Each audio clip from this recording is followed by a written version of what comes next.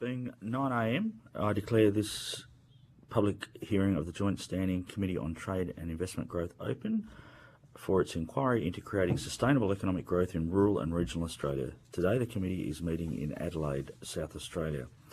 I'd like to acknowledge the traditional custodians of the land from which we meet today and pay my respects to their ancestors and elders past, present and emerging.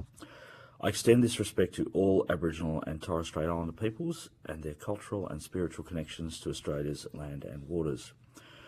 In accordance with the Committee's resolution of the 27th of August 2025, this hearing will be audio broadcast on the Parliament's website, and the proof and official transcripts of proceeding will be published on the inquiry website.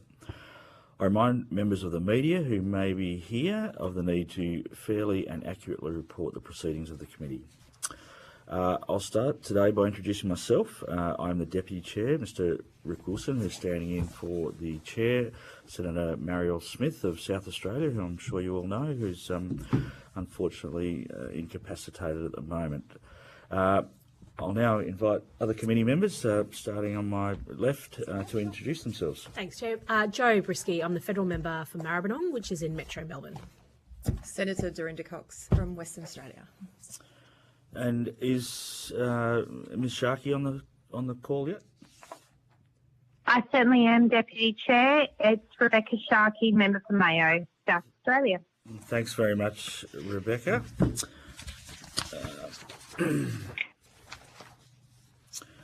I now call on representatives from the South Australian Tourism Commission to give evidence. For the Hansard record, would you please state your full name and the capacity in which you appear before the committee?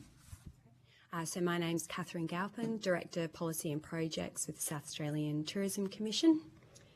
Good morning. I'm Miranda Lang, Director of Regions and Industry Development for the South Australian Tourism Commission. And thank you very much for appearing this morning. Although the committee does not require you to give evidence under oath, I should advise that this hearing is a legal proceeding of the Parliament and therefore has the same standings of proceedings of the respective houses. The giving of false or misleading evidence is a serious matter and may be regarded as a contempt of Parliament. The evidence given today will be recorded by Hansard and attracts parliamentary privilege. To assist with the transcription of the public hearing, it would be appreciated if you could please state your name before responding to each question. I now invite you to make a brief opening statement before we proceed to questions. Thank you. Thank you, Deputy Chair and members of the committee, and we thank you for the opportunity to appear with you today. So the South Australian Tourism Commission welcomes this inquiry into sustainable economic growth in rural and regional Australia. Our role here in SA is to deliver economic and social benefits for South Australians by promoting our state as a leading destination and supporting the growth of our regional visitor economy. Regional South Australia is central to this opportunity. Our 11 tourism regions include globally recognised wine destinations such as the Barossa and Clare Valley, through to the Flinders Ranges, Australia's most accessible outback. They are powerful drivers of jobs, exports and community vitality. From South Australia's perspective, one of our opportunities, or clearest opportunities, sits at the intersection of tourism and agriculture, particularly through agritourism. Global demand is increasingly pointing to agritourism as a major growth opportunity. In 2024, we know that 84% of global travellers said they were interested in an agritourism experience within Australia. And visitors engaging in these experiences contributed more than $20 billion nationwide. South Australia is well placed to lead in this space. We are recognised for premium produce grown in clean air, water and soil, backed by strong biosecurity. Food, wine and drink are among our strongest competitive advantages, with 64% of interstate visitors already associating South Australia with these strategies. Importantly, South Australia has also taken a deliberate leadership role in the agritourism development space. We have established a dedicated South Australian agritourism framework to help producers diversify into tourism, unlock new revenue streams and build capacity across this sector. So this is not just about visitor experiences, it's about export growth, regional resilience and value creation. Agritourism helps us showcase our products in market, build international brand trust, and turn visitor interest into trade and investment outcomes. There is also a clear export opportunity in converting visitation into long-term demand. When international buyers, trade partners and media experience South Australia, as an example, firsthand through trade visits and familiarisation programs, they form a stronger connection to our regions, our producers, our premium food, wine and agritourism offerings. That helps lift brand recognition, support market access and create new export opportunities for regional businesses. To fully realise this opportunity, national coordination is important. There is real potential to strengthen alignment between tourism, agriculture and trade through a couple of points: expanding on international marketing of Australia's clean green provenance at the national level, supporting primary producers to enter the visitor economy, and embedding agritourism within export strategies, and including to continue to advocate for tourism as a legitimate pathway for business diversification. In closing, South Australia shows that agritourism is not just a niche market, it is a strategic lever for regional economic growth. With those right policy settings and cross-jurisdictional collaboration, Australia can build on South Australia's leadership to connect our regions, producers and visitor economy in ways that celebrate the simple pleasures here in South Australia and drive sustainable growth. Thank you, and we welcome this discussion. Well, thank you very much. Mrs. Lang, did you have anything to add to that? No. Okay. All right, well, thank you. The committee, as you might be aware, was down in Mount Gambier yesterday, and we did hear from wine producers in particular, but also other agricultural producers.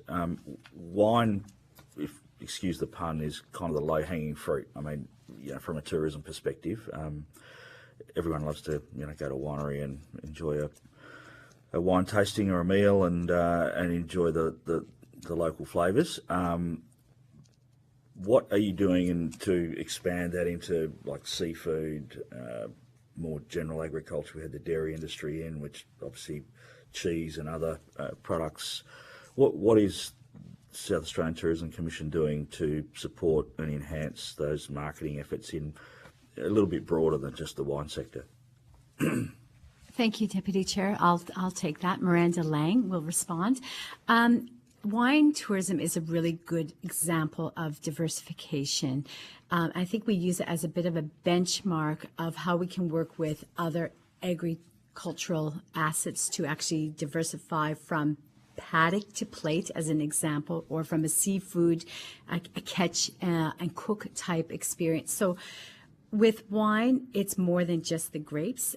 We know in South Australia, as an example, we have 18 designated wine regions. We know that South Australia as a destination, we like to think we kind of own the wine tourism space in terms of how we deliver that. We've got some great brands, but it's more than just a tasting. It's more than just a nice bottle of Penfolds or whatever it might be. It's actually the story behind what that experience is. It's actually making it appealing to visitors so that they want to come, they want to go to the regions, they want to hear the stories, they want to immerse themselves in that experience so that the end product is the delicious wine, but it's also that brand recognition of what that winery is offering, coupled with good food is really the food and wine offering for South Australia and what attracts people to South Australia. So taking the same framework that we worked with wine tourism and how we supported wine tourism all these years, we're doing the same thing with agritourism. And that is really our producers, our farmers. If they want to diversify their offerings into tourism, how can we actually assist them using that same principles that we did with wine tourism? And we creating experiences that help demonstrate what it is that they've got to offer and making it appealing to visitors is the pathway we take with producers to ensure there is something that's sustainable and that has appeal for visitors. And financially, that's where we want an outcome that it becomes a new tourism asset. Okay, so given that agriculture more generally is more dispersed than the wine industry, which, as you say, is technology apps, is the South Australian Tourism Commission working in that area so that a tourist who might want an agricultural experience can go to an app or a website. There's a range of offerings rated because we're all tourism consumers nowadays, and if something's not rated well, then you don't go. If someone's rated it very highly, then you might take up that offer. So what are you doing in that space? Absolutely. So when it comes to how it's being promoted, so we have all tourism products are registered, self-registered on a database called Australian Tourism Data Warehouse. This is free for South Australian businesses. This allows their... Sorry, is that Australia-wide? Or That's correct, Australia-wide. And who provides that kind of framework? Who funds that? Each state makes up a representative on a national-wide committee. So in South Australia, our Chief Marketing Officer, Eric DeRoos, sits on that national forum. So each state, when they're doing their own marketing for tourism, rely on tourism businesses to be registered on ATDW, Australian Tourism Data Warehouse. That's a bit of the benchmark, saying that you've got a tourism offering and a tourism product. In South Australia, if you are registered on that data warehouse as a agritourism product, you will be picked up in all of our marketing initiatives. So that's one way through southaustralia.com that the content is fed through ATDW. Then it's promoted globally to visitors across the world, and it's picked up by others providers as well. So Tourism Australia uses the same platform of drawing content is through this ATDW.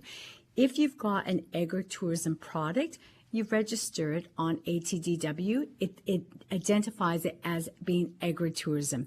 That way it is actually picked up and it's actually promoted through the different mechanisms. From a consumer perspective, and this is how consumers find the relevant things to do. We have a new app here in South Australia called Explore SA app, and this is actually now promoting our winter deals, which is all around food, wine, activities, events, things that you can see and do. But again, the content is all pulled from ATDW. So any business that wants to diversify into tourism, into agritourism, if the product is right or if you need support with the product, we in the Tourism Commission can assist you with getting that product right. But all you have to do is register the product, ensure that it meets the general criteria, which is a national framework, and then your product is picked up in South Australia to be promoted. Thank you very much for that very comprehensive answer, which is, good news from my perspective. I'll go to Ms. Sharkey as the member for Mayo, the South Australian that's on the committee here at the moment. We're waiting for Mr. Georgianis to arrive. But Beck, do you have any questions, which I'm sure you do? Thank you very much, Deputy Chair. Look, thank you so much for presenting to us today. It's wonderful that we're actually in my home state. Look, in a couple of things, I want to go to employment challenges, but I also want to go to the grants for cellar doors that's being diminished in the budget. What do you see the impact of that? And then more broadly, what other things could the federal government do to support regional tourism better? And maybe it's not a cost thing, maybe it's more of a red tape thing. And my second question is, I guess, a little bit South Australian specific. I do hear from a lot of my tourism operators that they do struggle to find employees, which I think, given South Australia has 41,000 unemployed people and 84,000 people that are underemployed, I'm just wondering, what do you think could be done better to connect unemployed people or underemployed people with the tourism industry? Again, is it better assistance to get some little micro qualifications or other things? Anyway, I will now mute myself and wait for your answers. Thank you. you want to respond to the cellar door first? Sure. Thank you. Thank you, Ms. Sharkey. Miranda Lang here will respond. In regards to, I'll just respond first, possibly on your comments regarding the grants and how we do assist. So here in South Australia, we do not currently have a funding program that is available for industry, whether it's through agritourism or any type of sector specifically. Recognizing it's always handy. We have in the past few years have had the Experienced Nature Tourism Fund, but currently we do not. However, it does not take away from our responsibility to still help businesses. So within the South Australian Tourism Commission, we have an industry development team that works with other departments and other organizations to help businesses with their industry capabilities. It also does address resources and efficiencies, trying to help businesses on that pathway to be sustainable for the future in terms of the product and experience that they're offering. How can we help them to ensure that they're putting their resources, their funds in ways that are going to have that longevity and the best way of telling their story?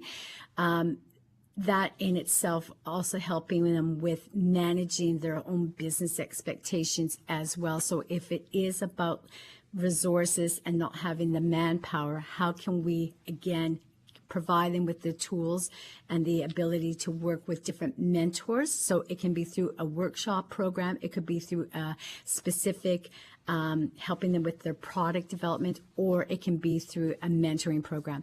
So we do work with the Tourism Industry Council South Australia, which is otherwise known as TIC-SA. That is an industry-facing organization to help deliver programs that will help businesses with their own challenges and that pathway of growth. So albeit not a fund directly, but it is a mechanism and a tool to actually help businesses where they identify where their challenges are. We help them with solutions and to find other ways of addressing how we can support their business. Through TIC-SA as well, we had a Careers in Tourism program as well, just again to address the challenge of employees, especially in regional South Australia. We understand it is a challenge, but trying to work with communities to help identify, the appeal, the opportunity with youth to keep them in programs in hospitality that's going to make them want to stay part of the community, ensure that they get the right qualifications and get into work programs in tourism. So that is another thing that we continue to do through the Tourism Industry Council, is making sure the message and the attractiveness of working in hospitality/tourism is prevalent and is appealing to young people, particularly in regional South Australia. I'll turn over to Catherine, to see if she has anything else to offer. So Catherine Galpin speaking. To add to what Miranda spoke about in terms of tourism, as a career, as a job pathway as well, on top of what the Tourism Industry Council in South Australia do through their Careers in Tourism program, Austrade, I believe it was about 3 years ago, invested in a national tourism, jobs in tourism or careers in tourism program as well, which all the states participated in, which was, I guess, a part industry awareness or a school awareness piece, but also a marketing piece to show that tourism is not just a thing you do when you're at university working in a hotel. That's absolutely a legitimate, stopgap employment opportunity, but there's a vast range of jobs that are associated within the visitor economy and the tourism sector. So it was around COVID I think it was 2022, the South Australian Tourism Commission did a bit of a deep dive into sort of unpacking what some of those pathways might be. And to your point, Ms. Sharkey, around the underemployed, we certainly know that there's a portion of the older citizens within Australia that may be looking, to just continue their employment, and hospitality tourism offers, a really great avenue just to do part-time work, and then also at the school age going, there's business development opportunities. There's, you can work for a South Australian Tourism Commission or a marketing. There's lots you can do. It's not just the stigma associated with working in tourism, so to speak. So I'm not entirely sure if, we have really been able to promote tourism despite the effort across education sector, TAFE sector, to really just change that narrative. So in terms of opportunities at that national coordinated level, investing a bit more in that policy discussion around how we can sort of reframe what tourism is, and then add that regional overlay, I guess, in terms of tourism, there's lots of opportunity, and then how we take that to that regional sustainable level, which is more of the challenge, and we know that very intimately here in South Australia. Okay, thank you. I'll go to the far end of the table.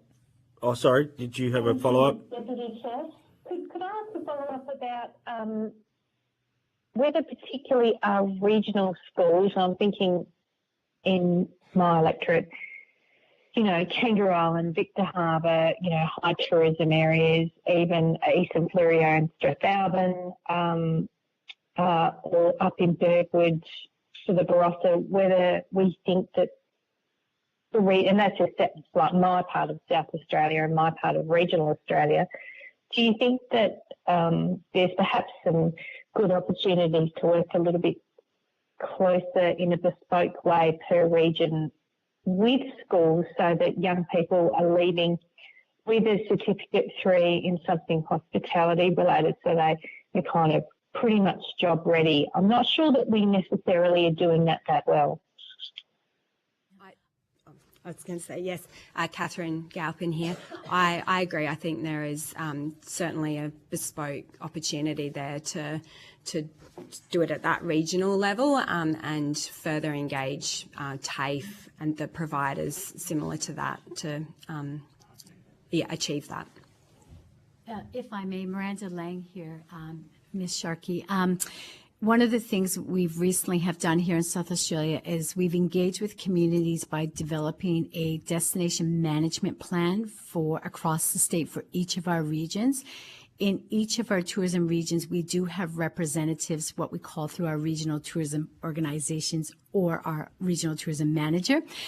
With that, we are always encouraging that community engagement through our RTM, our regional tourism manager, to again be involved in the community. So through the development of our destination management plans, we did hear concerns and just probably forward thinking about how do we ensure that the value of tourism is recognized, the opportunities in communities to really grow jobs and again keep people there. So it has definitely been identified, and it's very consistent across all of our regions.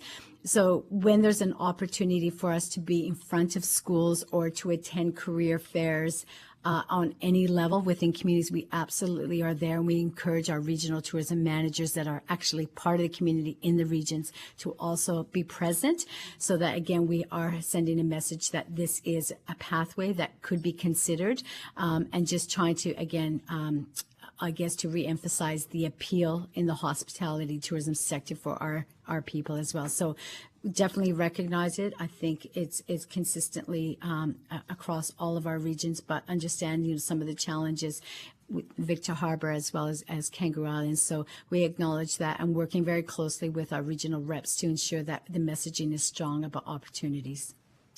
Thank you. Ms. Brisky. Yes, thank you, Chair. Thanks very much for your contribution to our inquiry.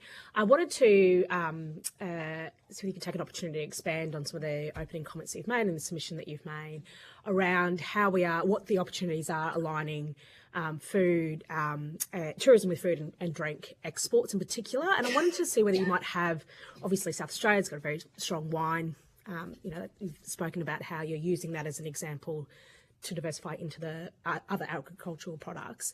But I was wondering whether you might be able to provide the committee with some examples of where you have seen it work well in terms of both domestic export and international markets, as well as provide some reflection on where you think the gaps might be, and in particular the role that Commonwealth could potentially play in supporting that expansion.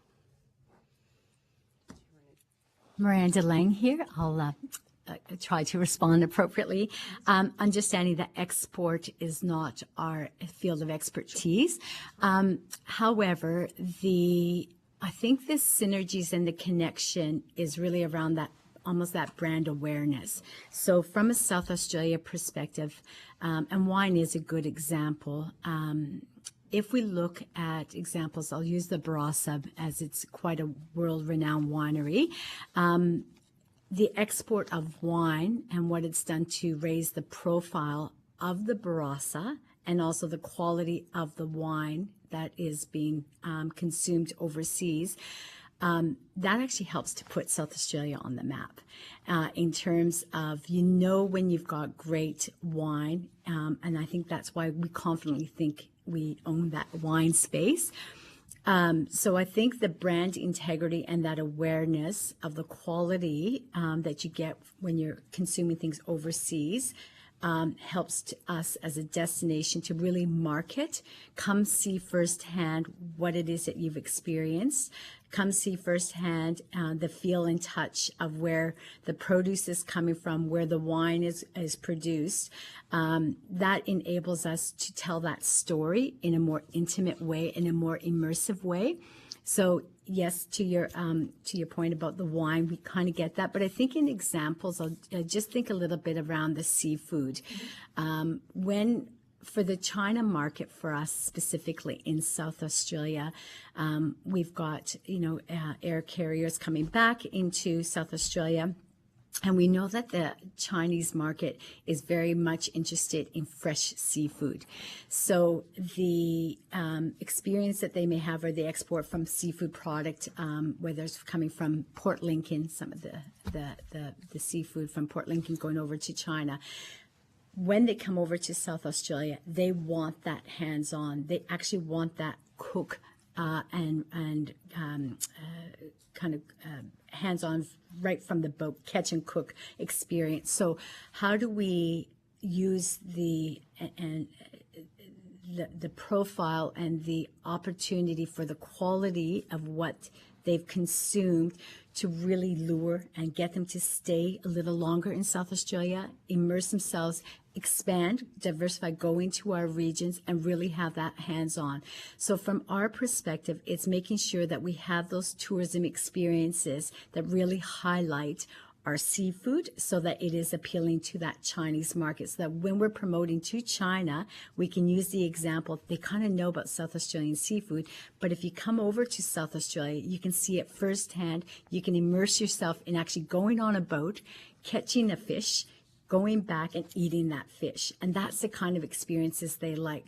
So from a South Australian perspective with SATC, we help them with that product development so that we can better market to those areas and really kind of sell those bespoke experiences. I'm not sure if that answers your question. That's kind of an example of how working with that export side of things to help that brand awareness, to help us to better market the destination using the same kind of principles. Yeah, and I appreciate that, sort of like the other way around in terms of the export is driving tourism. I was wondering, in terms of, obviously there's pre-existing brands, those well-known brands, how are you assisting other local businesses who may not have that brand recognition, but taking the opportunity of those who have come here to experience either wine or seafood or other products? And it sort of goes to that point I think you were talking about before around some of the tools and capabilities that you're assisting other businesses with to diversify into tourism. Absolutely. Miranda Lang here again. Will respond. I think it's you use your hooks and you use the anchors and the things that kind of you can build off of. So, there might be one aspect of why somebody might consider coming to South Australia. Now, it could be wine, but not everybody is going to drink wine, but everybody needs to eat. So how do we lean into the reputation of good quality wine from our wonderful vines and from our climate and what we can produce because of our environment and our settings and our good policies that we have to protect our land. It also resonates well with the food and the things that we do produce. So it's telling that story. So it's really using using some sort of hook, if you will, to kind of then tell a broader story. So they're not going to, we want them to come for longer and spend more money and immerse themselves in the community. Going to one winery that you may have heard about overseas, great, but then how do you go to multiples? How do you actually expand your stay? Go across to the Coonawarra, go up to the Riverland, go and actually see where the grapes are growing. It's having different offerings that are going to appeal to the demographics of that person that is looking for the food and wine experiences. So giving them a selection of things to do that's going to meet their needs and that's going to get them to want to stay longer, that's where we benefit as a state. So you often have to use a hook. And just as an analogy comparison, Kangaroo Island for us is also as a destination. It by default of its name, it's a hook. Does everybody that comes to South Australia going to go to Kangaroo Island? No, but we can use that as a draw card internationally and get people then come spend time on the Fleurieu, go over to York Peninsula and Eyre Peninsula and really come into South Australia and immerse themselves across the state to experience a variety of things that we have to offer. Senator Cox. Thank you, Deputy Chair. I just wanted to pick up on one of the points that you were talking about, Ms. Galpin in particular, around the importance of agritourism. Well, both of you were actually talking about it, and sort of having that reach out into regional Australia, South Australia regional and more rural areas.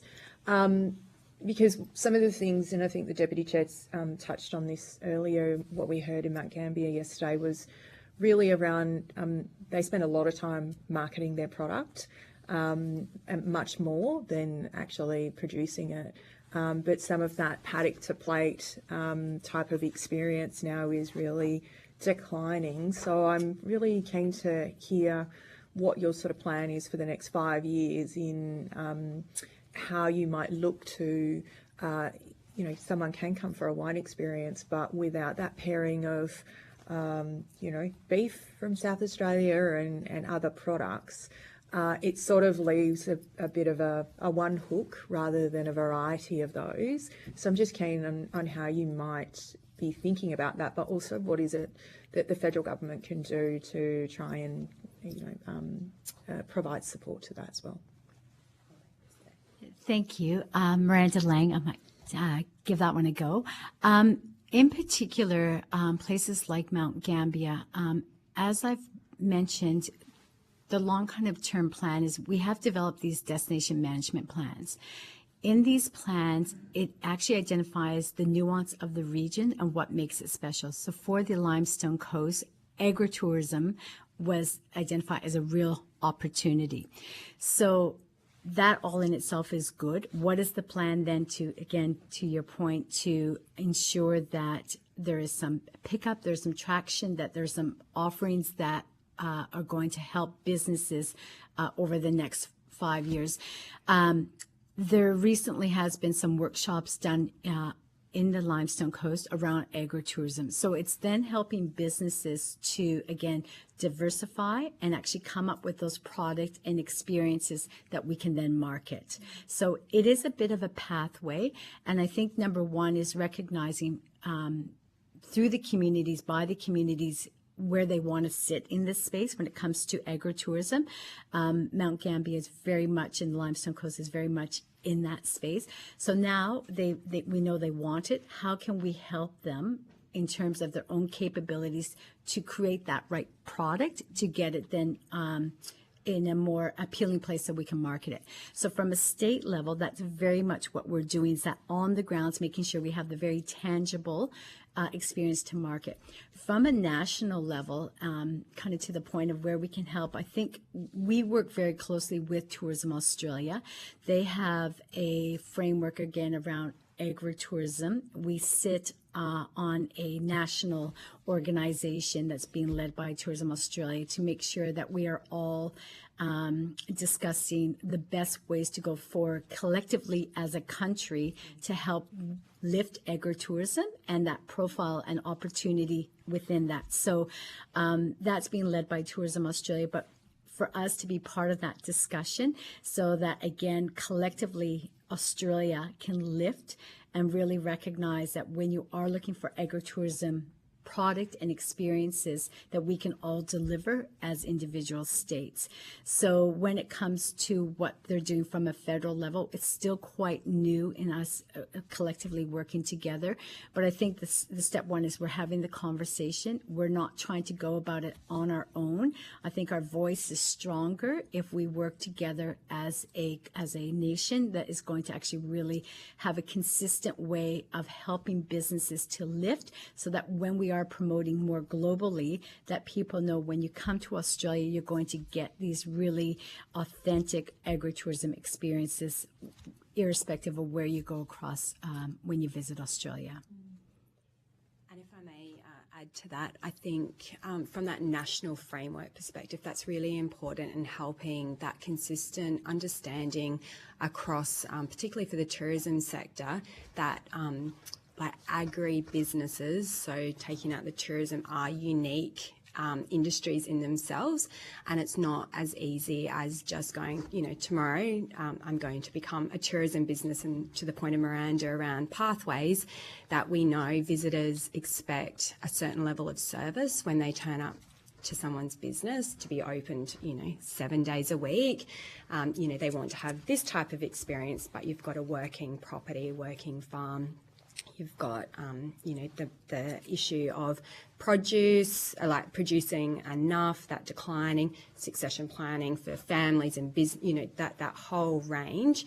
So while the framework's, quite new, it's really important that we all have a voice around that, so we can, really bring that intersection together between the two industries and show that tourism does offer one other way, and it might not be the food on the plate with the wine if that's declining, but there might be another experience or a story to tell on that property that just hasn't been unpacked, and that's where the tourism organisations and people like Miranda's team in product development can help bring that to the forefront, acknowledging the complexities of running an agri-business. I think one follow-up question, if I can, Deputy Chair, was one of the really practical things that I heard yesterday from our witnesses was, and my home state have been very good at this around our tourism, of attracting a big event. And I'll use Coldplay as the example in Western Australia, and every accommodation in Perth City was booked out for weeks in advance, and there was a big part of the visitor economy that generated lots of income for our tourism. But what was left to the side was the regional experience and people travelling out to those regions, and not a lot of those Coldplay fans would be, and it's probably happened here in South Australia as well, visitors that are coming here, whether it's interstate, internationally, don't get the experience of going to a regional or rural area if we don't have them on the map, or and I know you talked about profiling some of those more well-known ones, but I suppose for me it's the practicalities of that around, are we making sure that, say the Limestone Coast, for instance, and visitors maybe coming from Miss Brisky's home state of Victoria who are driving here for Gather Round, where, they understand what's on offer in those regions, because it's not just metropolitan, big city centric. How do we ensure that that's actually something that is done and done well alongside those businesses? So I think picking up both of the Deputy Chair and Ms Brisky's comments around small, medium enterprises, ones that aren't some of the bigger players in that, but also making sure that they're well profiled and that there is an example of that being mapped and given rather than the data warehouse. How is the South Australian Tourism Commission actually dealing with that? Miranda Lang will respond. Thank you. Great question, and I think one that we're really passionate about.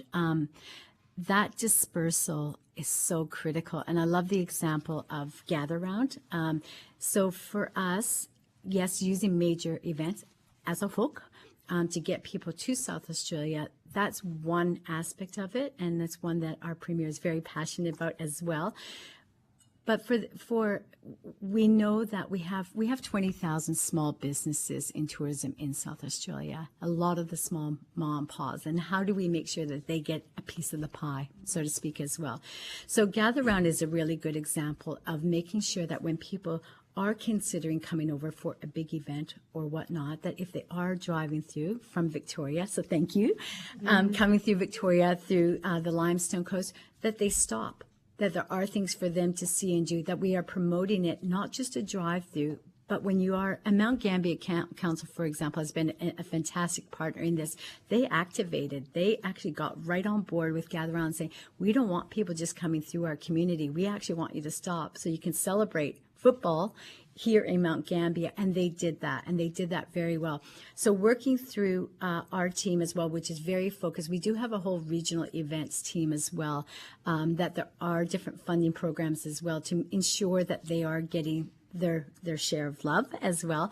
But I think in terms of using those big events, how do we make sure that the message is for people that are driving through, or if they're flying through, that they take the time and there are itineraries, sample itineraries for them to see and do, to consider to go out and expand further beyond Adelaide.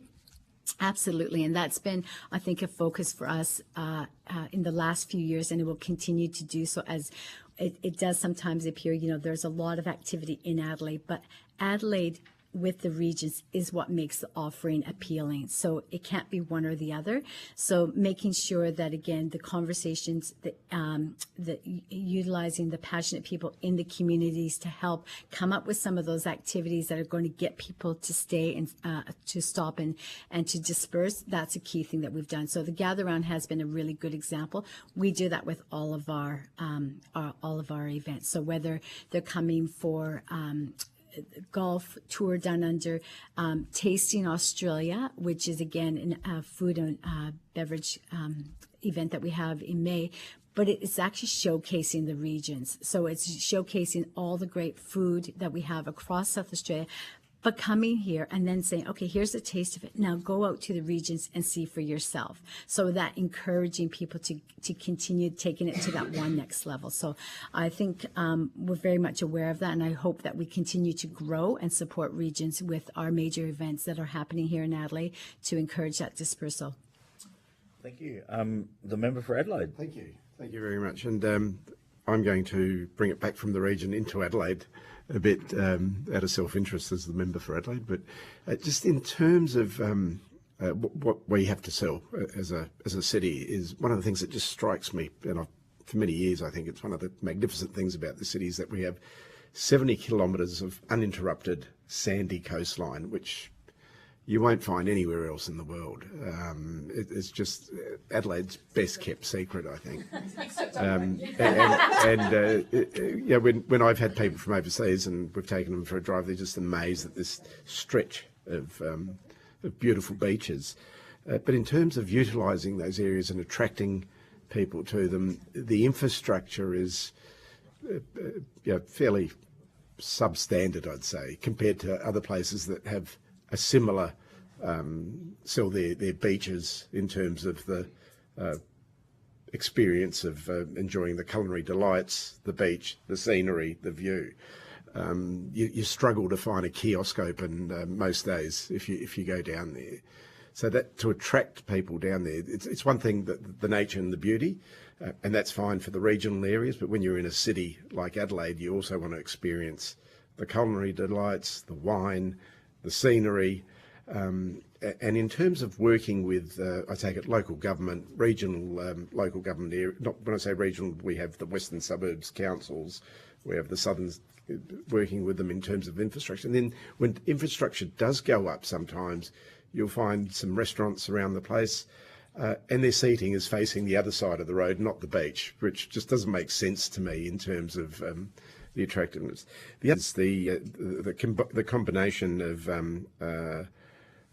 local products, and what comes to mind in a seat like that, obviously our wine, our beef, I think we do really well. You can go to most restaurants and you'll find, Black Angus, you'll find beef from South Australia, sourced from Southeast, sourced from all sorts of places. Really, the meat industry's done a great job. But when I look at the seafood, one of the greatest places in the world where we do some of the best fishing in the world and export to the entire world, I guarantee you go to any restaurant today, open up the menu, and the fish of the day will either be barramundi or salmon. Rarely do we see our seafood. There are a couple around the place, and one that comes to mind, which is down at Glenelg, Sammy's, for example. You go in there any day of the week, and you'll find heaps and heaps of tourists, Chinese, Asians, because of the experience that they can have with the seafood. I think we need to promote within our hospitality industry that we've got some of the best seafood in the world, and we have to put it on the menus. Easier said than done, but I don't know if there's any work in that area, and the infrastructure in terms of giving that whole experience of scenery, pristine beaches, culinary delights, beautiful seafood, and the best wines. And if you want to eat beef, lots of choices as well. More of a statement than a question, but I'd like to get your views on that. Thank you. Miranda Lang, I'll just I'll just just respond to that. I think very valid. And as we both live in Adelaide, we probably concur as well. Absolutely. I think one of the good things is, for us, we do work very closely with local council here in Adelaide, in particular with AIDA, if I'm pronouncing that correctly.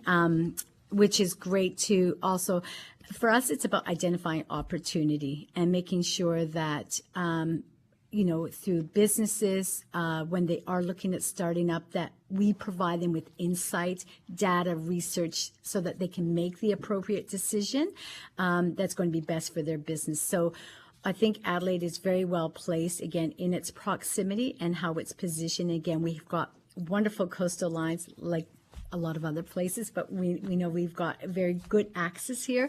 We've got from the city state, you can be down in Glenelg in no time. So we know that, and how we promote that as a state is really critical as well. And I think we do it fairly well. I think for us with businesses, it's making sure they understand the opportunity.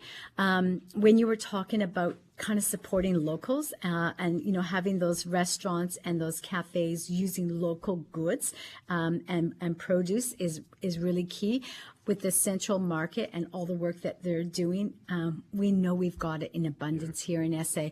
I would say that one of the things that really came out of COVID, if a positive thing is this sense of pride and really supporting each other and supporting South Australian businesses. So to see menus where you have South Australian wine, South Australian produce, seafood and whatnot, that for us something we always encourage as well, because it does help tell that South Australian story. So it's a bit of an education, which is what we're there for, to help businesses with.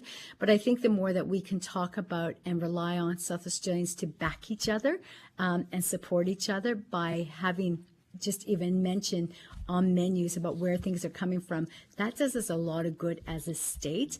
And I think we can do a little bit more of that. So we constantly have those narratives, working with industry, the restaurant catering as well, just to make sure that sense of pride about supporting South Australian business is strong. And we'll continue to do that as well where we can.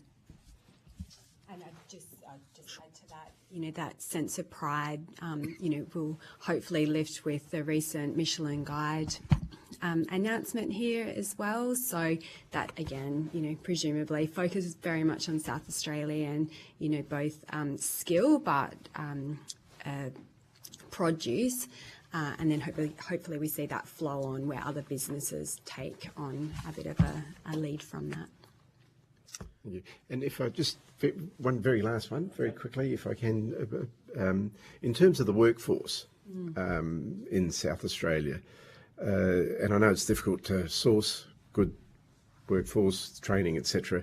In terms of overseas workforce, is it a big issue here in South Australia? Are there a lot of people that are working on visas, temporary visas, etc.? And do we specifically source people from overseas as well, or a lot of backpackers, that sort of stuff? Absolutely. We absolutely. I'll just quickly comment on that. We definitely do have work with working visa agencies and whatnot. So again, with grape growers, fruit pickers and whatnot, we know there's some seasonality that very much helps with the workforce more in regions. Education facilities here in Adelaide through our universities and whatnot, encouraging people if they're looking for jobs, that's a consideration. But working visas absolutely is important. So we want South Australians obviously to be employed where they choose to be in this space, but we will welcome the opportunity to continue to work with people from international countries coming over to South Australia that are looking for work. We sit in the national forums around visas and ensuring South Australia is part of those conversations, interacting both from a region, if you look at that classification, that we can welcome people here. Excellent. Thank you. Okay. Well, I don't think our next witnesses have arrived yet, so if it's okay with you guys, we can continue the conversation for a little bit longer. And just as an observation and followed by a question, Port Lincoln is to the fishing industry what the Barossa Valley is to the wine industry, Australia-wide, I would say. So what particular efforts or what's the strategy of promoting our seafood and seafood tourism alongside the wine? I mean, you touched on it earlier, but we do have the fishing industry next, and I'm just interested to... because it is, I mean, as a West Australian, I'll concede that, the fishing industry based around Port Lincoln, is it Streaky Bay, where the oysters are from, and is world class and world recognised. So I'm just wondering what opportunities there are there and how Tourism South Australia are going to pursue those opportunities. Thank you, Deputy Chair. Miranda Lang will respond. Port Lincoln is definitely a jewel when it comes to the seafood industry, but also as a mecca for our international visitors. Because of the reputation in the seafood industry, we do get a lot of international travelers, especially China, as an example, that are very interested to come firsthand experience it. So it's probably twofold in what we do when it comes to the seafood industry over in Eyre Peninsula. One is any of the events that we have here in South Australia, in Adelaide, again, whether it's a food or whatnot, encouraging that produce and that seafood to come from our regions, so that we can, again, continue to promote the quality and whatnot is a priority of what we do. So oysters from Coffin Bay or Streaky Bay is very much, again, a focus to ensure that we are using our own produce and seafood. The second thing is when people are going over to Port Lincoln, how can they go firsthand over to Coffin Bay, go out and have a experience an oyster, firsthand experience about collecting oysters and then experiencing it as they're there. So making sure there are very specific action immersive product that people can actually go and do. That's what's going to get people over to the region, is if they can actually go into the water, collect the oyster and shuck it right there. And then that's what people like to do. So those are the experiences that we work on to help operators develop, so that it's marketed in a way that someone says, that's actually what I want to go and do. And so they'll come over and they'll specifically go just to have that experience, because you can't do that anywhere else in South Australia. You want to go where you can do it authentically and in that specific region. So it's the twofold. It's promoting the quality of the seafood, but it's likewise then encouraging people to go over and experience the product once the product is ready to actually have visitors come firsthand. Thank you. You've done really well. And so thank you so much for being here today. If you have been asked to provide any additional information, would you please forward it to the Secretariat by the Friday the 10th of July 2026. Please be aware that any questions or notice will be published on the committee's website. You will be sent a copy of the transcript of your evidence and will have the opportunity to request corrections to transcription errors. Thank you very much. Thank you for having us.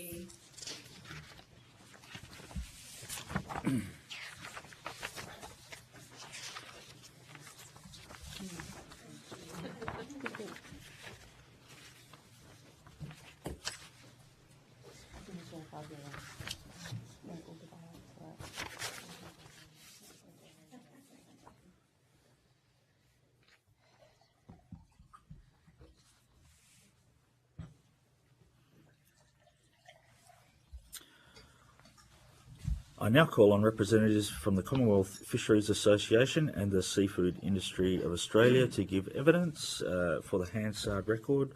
Would you please state your full name and the capacity in which you appear before the committee? Daniel Casement, Chair of the Commonwealth Fisheries Association. John Ackerman, CEO of Seafood Industry Australia. Thank you. By way of introduction, I'm the Deputy Chair, Mr. Rick Wilson. I'm from O'Connor in Western Australia. Senator Cox from Western Australia. Joe Brisky, Federal Member for Maribyrnong, which is in Metro Melbourne. And Steve Georgianis, Federal Member for Adelaide. Thank you. Although the committee... Oh, sorry, and we have the member for Mayo, Rebecca Sharkey, on the line. Sorry, Beck. I will... Thank you, Deputy Chair. Yes, Rebecca Sharkey, Mayo, South Australia. Although the committee does not require you to give evidence under oath, I should advise that this hearing is a legal proceeding of the Parliament and therefore has the same standing of proceedings of the respective houses. The giving of false or misleading evidence is a serious matter and may be regarded as a contempt of Parliament. The evidence given today will be recorded by Hansard and attracts parliamentary privilege. To assist with the transcription of the public hearing, it would be appreciated if you could please state your name before responding to each question. I now invite you to make a brief opening statement before we proceed to questions. Thank you, Deputy Daniel Casement. Thank you, Deputy Chair and committee members, for the opportunity to appear. The Commonwealth Fisheries Association represents Australia's Commonwealth wild catch fisheries operating right around Australia, supporting regional communities from Cairns and Darwin to Port Lincoln, Lakes Entrance, Hobart and down into the sub-Antarctic. Australia has some of the most sustainably managed fisheries in the world. Commonwealth fisheries operate under robust scientific management, harvest strategies, quota systems and environmental oversight. We are very proud of the sustainability outcomes delivered by our fisheries and, importantly, the contribution they make to Australia's economy, environment and food security. Seafood is often overlooked in discussions about regional economic development, despite being a major contributor to many coastal communities. The Australian seafood industry contributes almost $12 billion to the Australian economy and supports more than 79,000 Australian jobs. It underpins regional businesses, processors, exporters, transport operators, engineering services. We just heard about tourism operators and hospitality throughout coastal Australia. However, at the same time, Australia imports approximately 65 to 70% of the seafood consumed domestically. Presents both a challenge and an opportunity. Strengthening Australia's seafood sector is not only about supporting regional economies, but also about strengthening food security, public health outcomes and national resilience. The Commonwealth Fisheries Association and Seafood Industry Australia, through their submissions, highlighted several opportunities to support sustainable growth, including stronger promotion of Australian seafood as part of our Clean and Green brand, improved country of origin awareness, investment in seafood tourism experiences, support for certification and export market access, and reducing unnecessary duplication across regulatory and certification systems. There's a couple of initiatives, and John may talk to them more, currently underway. The Futures of Seafood study, a collaboration led by Seafood Industry Australia, the Blue Economy CRC, and then other partners, Fisheries R&D Corporation, DAF and DQ.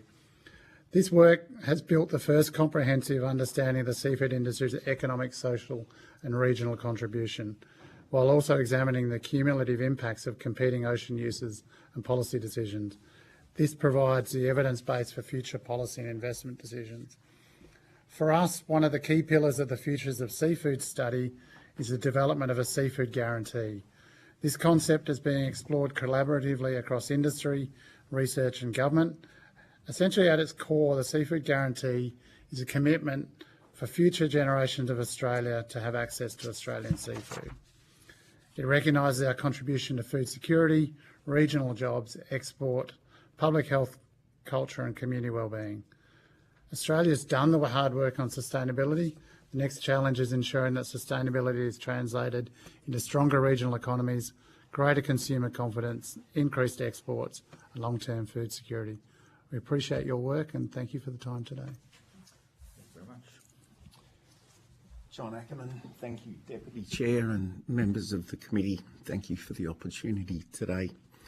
My name's John Ackerman and I'm the Chief Executive Officer of Seafood Industry Australia. As I noted before, we're the national peak body representing the Australian seafood industry, including the wild catch, aquaculture and post-harvest sectors. SIA provides a united national voice for Australia's seafood sector and works to promote, protect, develop the industry at both the national and the international level. The Australian seafood industry is a significant contributor to regional Australia, as we've heard, supporting jobs, investment, exports and of course local communities. As global demand for premium, safe and sustainable food continues to grow, Australia is actually very well positioned to increase the contribution seafood makes to regional economic development. Industry and government jointly supported the Futures of Seafood project and research that Dan talked before to better understand industry's contribution and future opportunities. And as noted, the seafood industry contributes about $12 billion to Australia's GDP, supports more than 79,000 Australian families, generates billions in exports and maintains an economic multiplier through the communities of approximately 3 times that as well. Importantly, these benefits flow across regional and coastal Australia. The industry contributes to economic activity, employment, supply chains across our states and territories. And the findings of the study highlight an important point, I think, for this committee. Seafood should not be viewed solely through the lens of environmental management. It is sustainable food production. It's a regional development industry. It's an export industry and a significant contributor to jobs, investment, economic activity across Australia and coastal economic growth. But there are significant opportunities to strengthen Australia's premium seafood reputation, improve branding, country of origin information, seafood literacy, export promotion and stronger links between the production and regional tourism activities.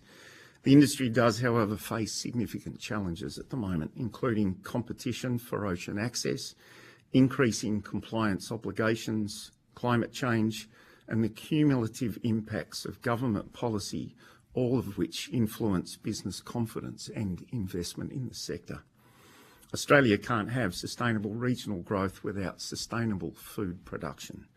The seafood industry has the capacity to contribute even more to regional jobs, exports and economic development, providing businesses have the confidence, certainty and the policy settings to actually invest. We welcome the committee's focus on creating sustainable economic growth in rural and regional Australia, and I look forward to discussing the opportunities and the challenges facing the seafood sector. Thank you again. Thank you very much for your opening statements. I represent the south coast of Western Australia. It's from Windy Harbour to Eucla. I'm just thinking off the top of my head, that'd be around 1,500 kilometres of coastline. I don't reckon there's more than 20 professional fishermen left along that coast. Can you explain to me why the Australian fishing sector is diminishing to such an extent or declining to such an extent? And why do we import 65 to 70% of our seafood when we've got one of the longest coastlines anywhere in the world and we've got 28 million people here. I'd like to hear an explanation. Thank you. Daniel Casement, I'm not sure there's a single explanation for that one, Deputy Chair. The seafood industry continues to experience increases in cost of production that have not kept pace with prices. And so profitability has declined enormously in the seafood industry and continues to do so. Increasing competition, John talked about the increasing competition offshore, marine parks, offshore wind, shipping, transport, these others continue to reduce the areas in which we can fish. And I guess the competition, the imports are typically lower priced imports. So they are meeting a protein need at a time of increased cost of living. Australia, in terms of our significant Australian fishing zone, exclusive economic zone, is very large, but it's probably not as productive as many others around the world. And so what we do have is we have some amazing higher value species, which don't typically fit the weekly shopping bill for a standard protein. I think seafood is the 4th ranked protein in Australia. I'm not sure what we would do to change it to number 3. I don't think we can. So what we really need to do is make sure that Australians both continue to eat seafood and collectively, in a way, it doesn't matter what it is, but we'd love to see them eating more Australian seafood. And we have to continue to find the right price points. And for us to do that, we need to manage those costs of production. John Ackerman, thanks for the question, Deputy Chair. To add just a couple of very quick points to Daniel's commentary on that. If you think about the cost of food production itself, particularly in those regional communities, and a good example, fuel price rises under the recent conditions create some significant challenges itself.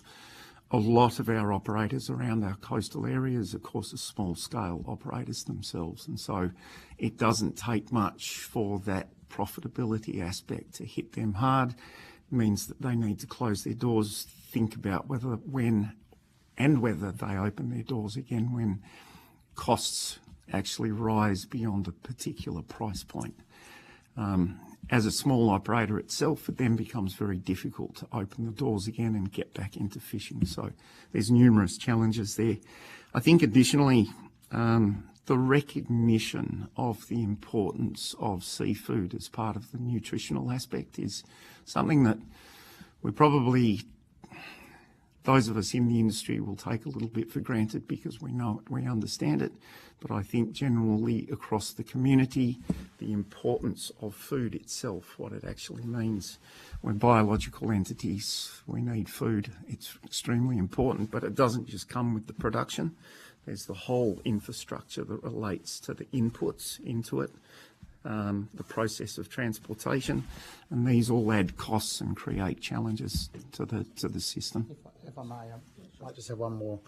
Daniel Casement for the transcript. I'm going to avoid commenting on some of the state-based fisheries management decisions and where they come from, and unfortunately for that end of the world, they have not been positive. But I guess the continued challenge is where we fit in the priority list, and is there support to make sure that those industries continue in the regions, and how do we celebrate those industries to make sure they are there? We all know that Australia celebrates agriculture in many ways, and we don't see and feel that community support and celebration for seafood, and I'm not sure why. We all have our theories. Australians can access seafood, Australian seafood, either by catching it themselves or by buying from somewhere, and that corner of the world has pretty active recreational fisheries. That'd be my next question. The interaction between the recreational fishery and the commercial fishery. There's some tensions in Western Australia. Is that seen around the country? Less and less so. I think ultimately we all would like to be able to access our resources, and Australian fisheries being so well managed, for most there's no question that both can access it. Now it becomes a competition probably in near shore coastal waters where a recreational fisher wants to fish off the shore or a jetty or in a smaller boat, and so that competition locally is an issue for us in the Commonwealth. We have very few interactions between recreational and commercial fishers, except perhaps the southern bluefin tuna or tuna fisheries more broadly. And as an industry and as governments, we've allocated 5% of Australia's quota is allocated for the recreationals, and you can see on the back of really hard work on fisheries management science that fishery is going amazingly well, and the recreational fisheries around particularly South Australia, Victoria, New South Wales and Tasmania are going gangbusters. So that contribution to community, the commercial sector does the heavy lifting on the science and the management decisions, and the recreationals are benefiting from it. Steve? Thank you. Thank you very much, and thank you to your industry for benefiting our economy and giving us as Australians the choice of any seafood that we want so easily accessible. It really is an area, and I'm glad that you said that seafood is being overlooked, because that's always been something that I've said for a long time. Just as I spoke earlier to Tourism South Australia that was here, what can we do to promote Australian fisheries and the produce that we catch here in Australia locally for a start? Because I'm very despondent when I go to restaurants and I open up the menu and all I see is fish of the day, barramundi and salmon, which are great fish, there's no doubt, but we have so much on offer, yet we don't see it, we don't promote it. And you look at the beef industry, you go to any restaurant, you'll be able to find where the beef is sourced from, lots of things about the beef, variety, etc. But in terms of our seafood, I feel either as this generation is going through, we're eating less seafood perhaps, or not in tune with the great produce that we have. What can we do to promote it more locally? Obviously our exports, I think, I'm under the impression because of Port Lincoln that we're doing okay. A lot of our tuna heads straight off to Asia and Japan. But in terms of, so that's one side of the question. The other one is the opportunities that exist. And with the EU free trade agreement, I feel that there is opportunities there. And looking at my name, you could work out where I go when I do go overseas. And there is so much abundance of calamari, octopus, etc. When you speak to producers over there, they say, well, yeah, we have 30 million tourists per year. We can't catch that. It all comes from the Atlantic. So are there opportunities for the EU at the moment as well? And is the industry looking at that? Yeah, John Ackerman for the record. Thank you for the question. I'll try and keep this succinct, but I've written a lot of points. I suppose the first thing to point out, and Dan mentioned before, more than 64% of seafood imported into Australia is the consumption within Australia itself. On the 1st of July, we will have the country of origin labelling coming into force. Now, I think for us, this is a good step forward. I wouldn't call it necessarily an enormous step forward, but it's a great step forward. And this will allow consumers to start examining themselves about what they are eating within their restaurants, clubs, pubs, etc. And I think I'd like to believe that this will bring attention, questions around some of those statistics and start raising within the consumer sector itself the why, the where, and how our product actually gets to the table. We often talk about our clean, green food production systems, land-based as well as ocean. And I think that's an important part, but it's probably in an international setting, that's not enough anymore. We've been using clean and green for at least 25 years that I know of, and I have been involved in international trade negotiations in a previous life. But at the moment, if you go and look at seafood expos, you will see that everybody, all countries, are making sustainability and traceability claims, and I have seen other countries use the clean green aspect. So there's more to be done from a marketing perspective so that we can differentiate ourselves. And Daniel talked before about our solid management systems that we have in place within Australia. I think that's an important step for seafood consumers to understand. The regulatory requirements we have in Australia actually allow for sustainable and safe seafood production. That's a big step forward, and if you know that it's Australian on a menu, even better. Having said all of that, like I said, the cool aspect, the country of origin labelling, good first step, but building that consumer trust around Australia's seafood system, from the aquaculture to the wild catch to the table itself, I think is an important step. And that's beholden on, I think, both government and industry to start putting forward why we're good, how we're good at it. If I may, Daniel Casement, I think there's also two different ends of our production and our products. So the imports are, I keep reiterating, they're probably the lower value, come in a box or a bag, and they're very easy to cook, and so they fit in the everyday sort of shopping bag. Local product is typically, regarded more highly and potentially has a higher price, but we still don't celebrate it. So country of origin might take us to that point of celebrating it.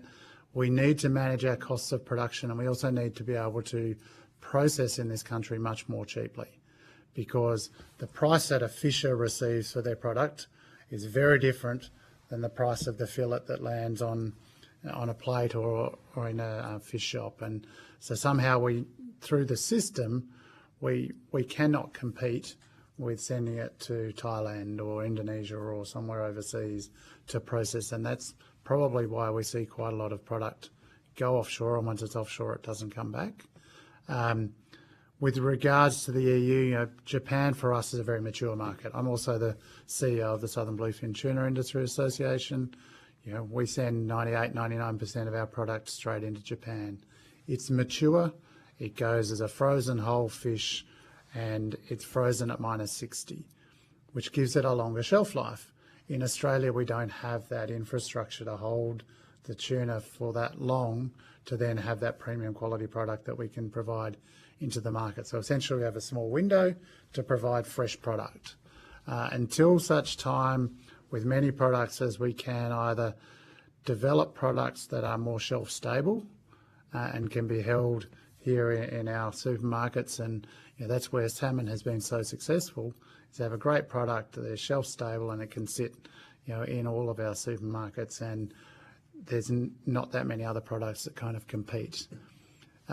Europe, I think there's a fantastic opportunity, but it's a really long way away from Australia.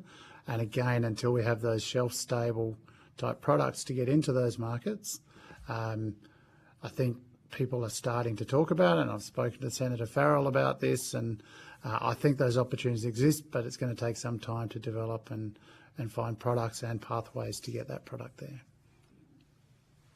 John Ackerman, if I may just add additional details to Daniel's comment. The EU FTA agreements and the agreements in the past that the Australian government have put forward, certainly very welcome. And the reduction of tariffs for seafood products into Europe is, again, welcomed by the seafood industry.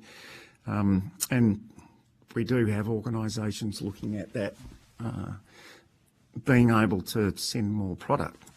The one thing I would raise where it comes to trade matters itself, over the last 15, possibly 20-year period, as we have reached more and more agreements with more and more signings of FTAs, all very welcome, countries globally have started to become a bit more protectionist. So we are starting to see an enormous rise. FTA in place with some... The FTAs will focus very much on partnerships, reducing tariffs itself, but non-tariff measures themselves don't necessarily get addressed within the framework of an FTA agreement. And over that last 20-year period, the number of notifications into WTO have risen quite significantly.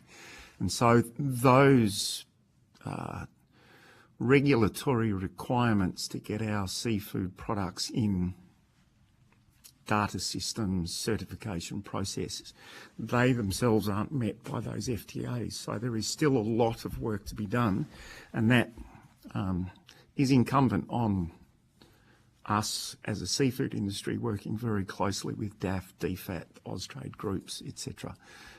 But it is becoming more challenging. They are becoming more often. And so there's significantly more work needed around that particular aspect. Okay, thank you. We might come back to that later after everyone's had a question, but I'll go to the member for Mayo, Ms Sharkey, next. Thank you, Deputy Chair. Look, my question was really with respect to the algal bloom that South Australia's experienced and how that's potentially affected trade. I mean, maybe it hasn't at all. Maybe there isn't, knowledge about this, or maybe we've done a very good job of sharing with the international community that seafood is still safe to eat. But that was really my question. Thank you. Thank you, Daniel Casement. Yes, it did have a significant impact. I know I was in a particular restaurant here in Adelaide, and I looked through the list and there was not a single piece of South Australian seafood on the menu, and I asked the question and I was met very aggressively with, why would we? And we'll never do it. And they were actually very proud of the fact they had no South Australian seafood. So that was quite early on, and I think that sentiment carried through for some time. We were certainly asked from international markets whether there's a problem. We were able to, based on the science and the information, share that there's still a lot of seafood produced in South Australia that is safe. And whilst any fish that was produced and cleaned and cared for appropriately was always safe throughout, or it wasn't open to catch or to be produced. So I think it was a difficult message. I think the unintended consequences of talking about the algal bloom and it being in the media so much really turned people away from South Australian seafood, at least locally. When you start to talk to people around Australia, it probably starts to diminish the impact and the concern. And I think in the most we were able to certainly share the right information that manage that in an export market sense. How long this goes for and whether that damages reputations, I think we're coming back from that. I would just add that I thought the South Australian government did a very good job of supporting fishers, and I think there was a narrative that changed throughout that time where the South Australian community appreciated the impact they had on fishers as well as the community and the environment, and we certainly got a fair bit of support community-wide. Okay. Thank you, Deputy Chair. Thank you. Senator Cox, or? I just had one quick question. You talked a little bit about, in your submission, increasing seafood visibility in national trade promotions, and I know the member for Adelaide has just asked a few questions around the EU FTA in particular, but are there other export markets, and I know you mentioned Japan, but that may have some other growth opportunities that you know of? Yeah, John Ackerman, thank you for the question, Senator Cox. Short answer is yes, of course. I think the Australian food production system, not just seafood itself, has seen some of the challenges when we rely on one particular market itself, and diversification is a really important part of being able to maintain value for our export industry. So that is an important component. So China itself has been a very important market for the industry, and thankfully with some efforts we've got some of our lobster back, but there's still some more work to do for tropical lobster. In that as well, we are working with Austrade, DAF, DFAT on some of the programs, and a shout out to Austrade for their ANMI program. So we're working quite closely with them.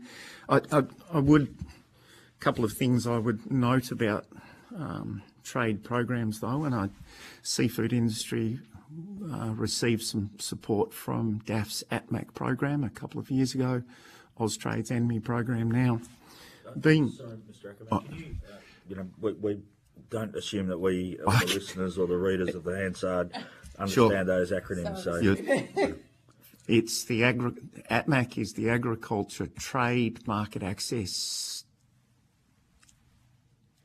whatever. C. Give me C. Close enough. Yeah. Well, I should know this off the top of my head, sorry. That's we okay. can come back to what the C was later. And the ANMI program is the Accessing New Markets initiative that was fairly recently announced, 50 million initially, 55 currently, I believe. One of the challenges is many of these programs are relatively short term, and being able to build trust, the example before about the harmful algal bloom and what happens, it's very difficult to build trusting partnership and good solid relationships with our partner nations, but it's very quick to destroy that trust aspect should something happen. So being able to have programs that are long-term, strategically focused and allow us to keep building is going to be important, but we've currently got some good activities happening at the moment. Perhaps I'll just quickly build on that. Daniel Casement, the member for Adelaide before asked about, I think, or might have been Deputy Chair, on red meat and where it sits. And, red meat growers, so that the Meat and Livestock Australia, they sell, in the beef world, they sell Australian beef.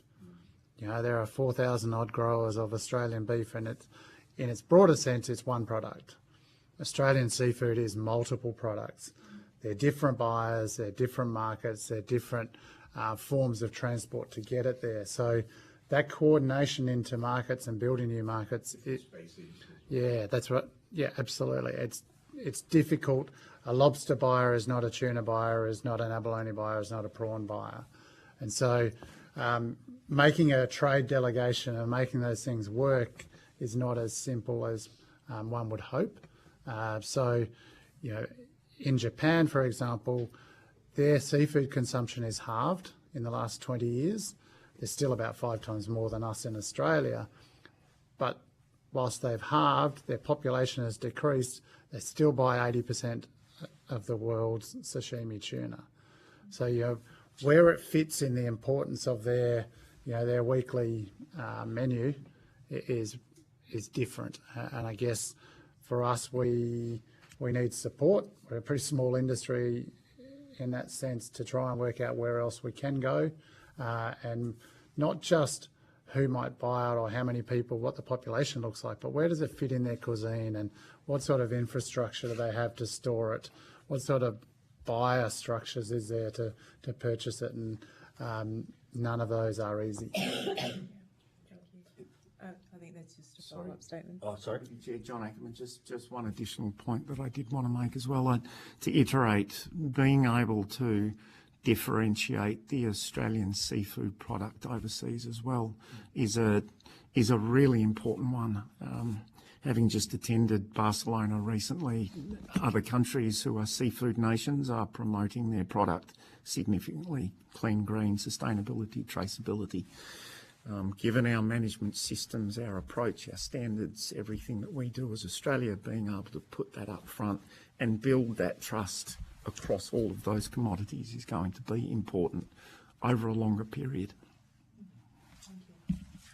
Ms. Brisky. Yes, thank you, Deputy Chair.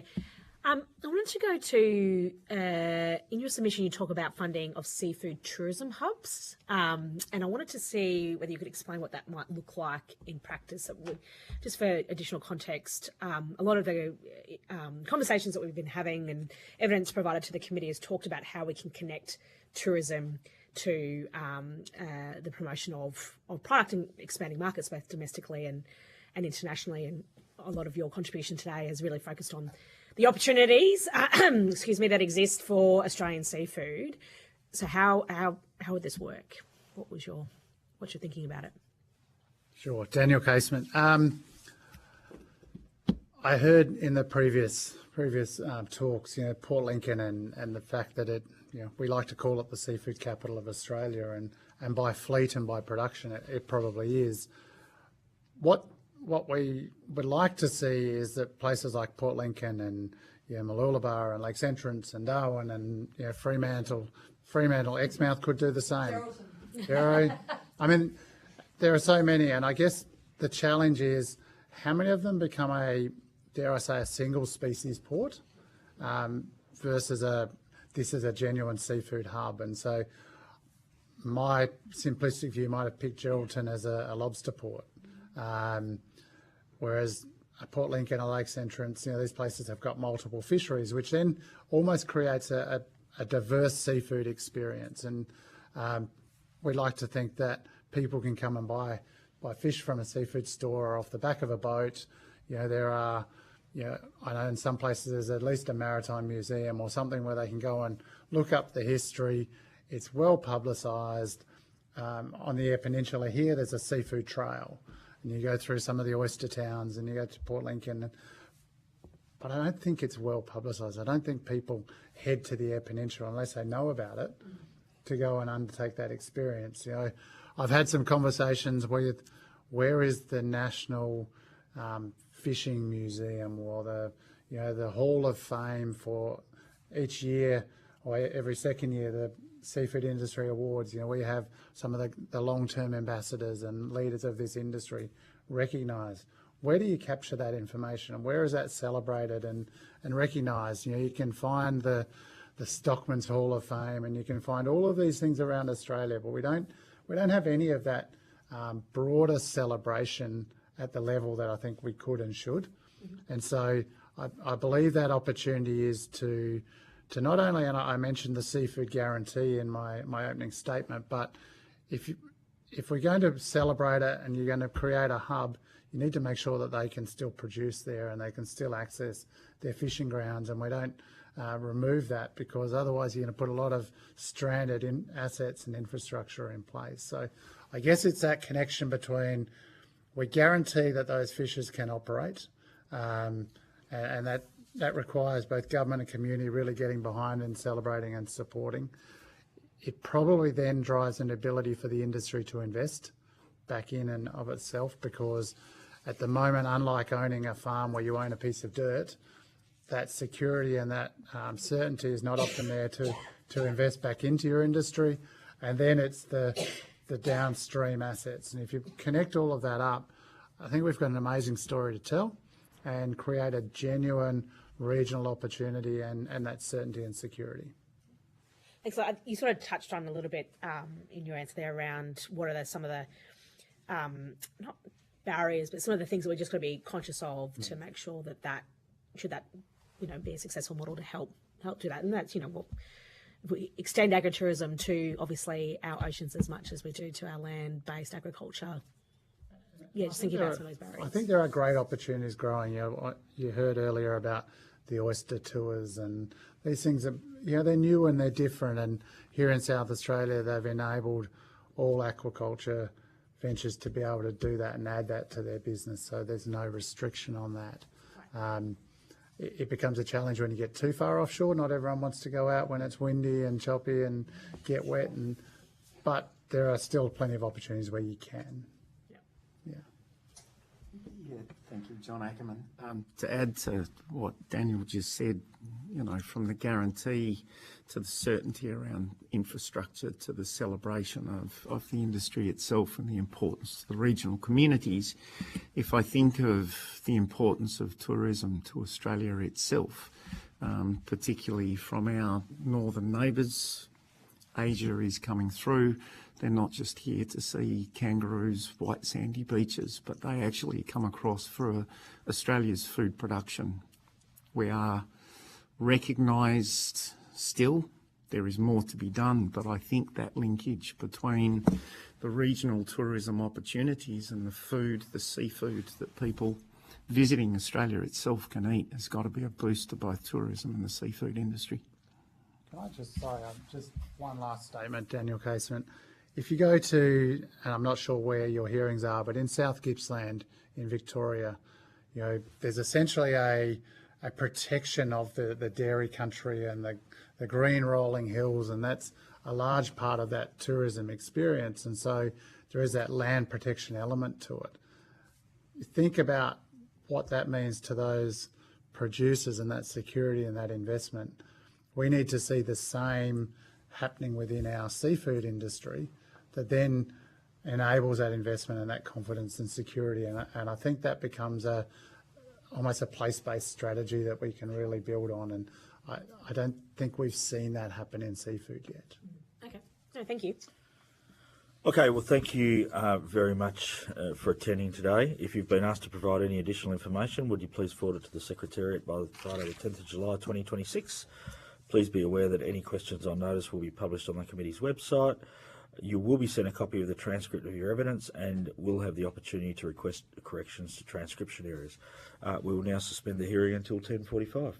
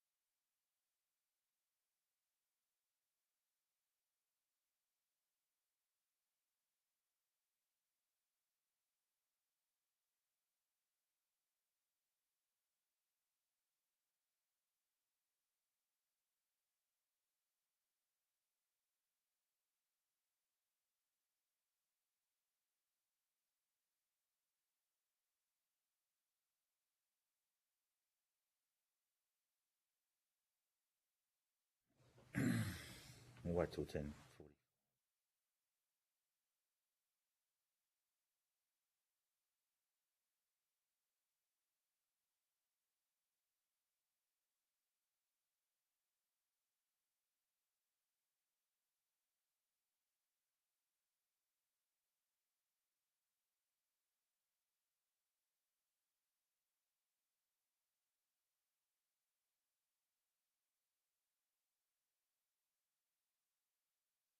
It being 10:45, the hearing will resume, and I call on representative of from Beerenberg to give evidence.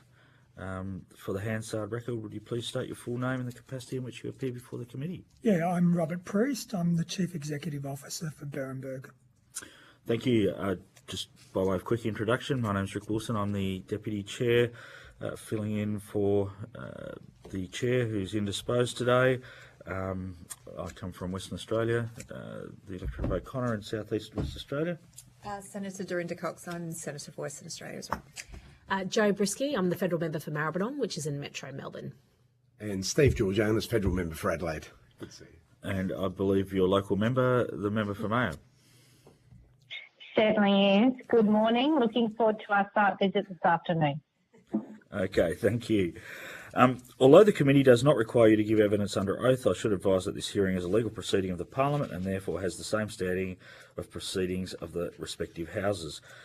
The giving of false or misleading evidence is a serious matter and may be regarded as a contempt of Parliament. The evidence given today will be recorded by Hansard and attracts parliamentary privilege. To assist with the transcription of the public hearing, it would be appreciated if you could give your name, but given you're the only representative, that's probably not required. I now invite you to make a brief opening statement before we proceed to questions. Yeah, thank you for having me here today. It's a privilege to represent Beerenberg Farms here. So I'm Robert Priest, the CEO of Beerenberg. I've been in the role for 18 months. I'm the first outside family member to run the business. It's been proudly run by the family since its creation. And I grew up in Adelaide, shifted interstate and come back to Adelaide for this role. So Beerenberg is a sixth generation family farm, still owned and operated by the Pate family. They're one of the original founding families of the Hahndorf region, dating back to 1839. In the late 1960s, Grant and Carol Pate transformed the business from a traditional dairy farm into a strawberry enterprise, selling fresh fruit at local markets and from a roadside stall at Hahndorf, which we will see today. By the early 1970s, they began producing strawberry jam and pioneered pick your own strawberries, an innovation that has helped establish Beerenberg as a destination and remains a major tourism draw today. Hahndorf and Beerenberg complement each other. Over time, Beerenberg has evolved into a national recognised brand with growing international exposure. We continue to operate from our Hahndorf farm with a successful farm shop and cafe and a range of events and experiences that attract thousands of visitors each year. Our pick your own strawberries remain a signature experience for visiting our farm and the Adelaide Hills.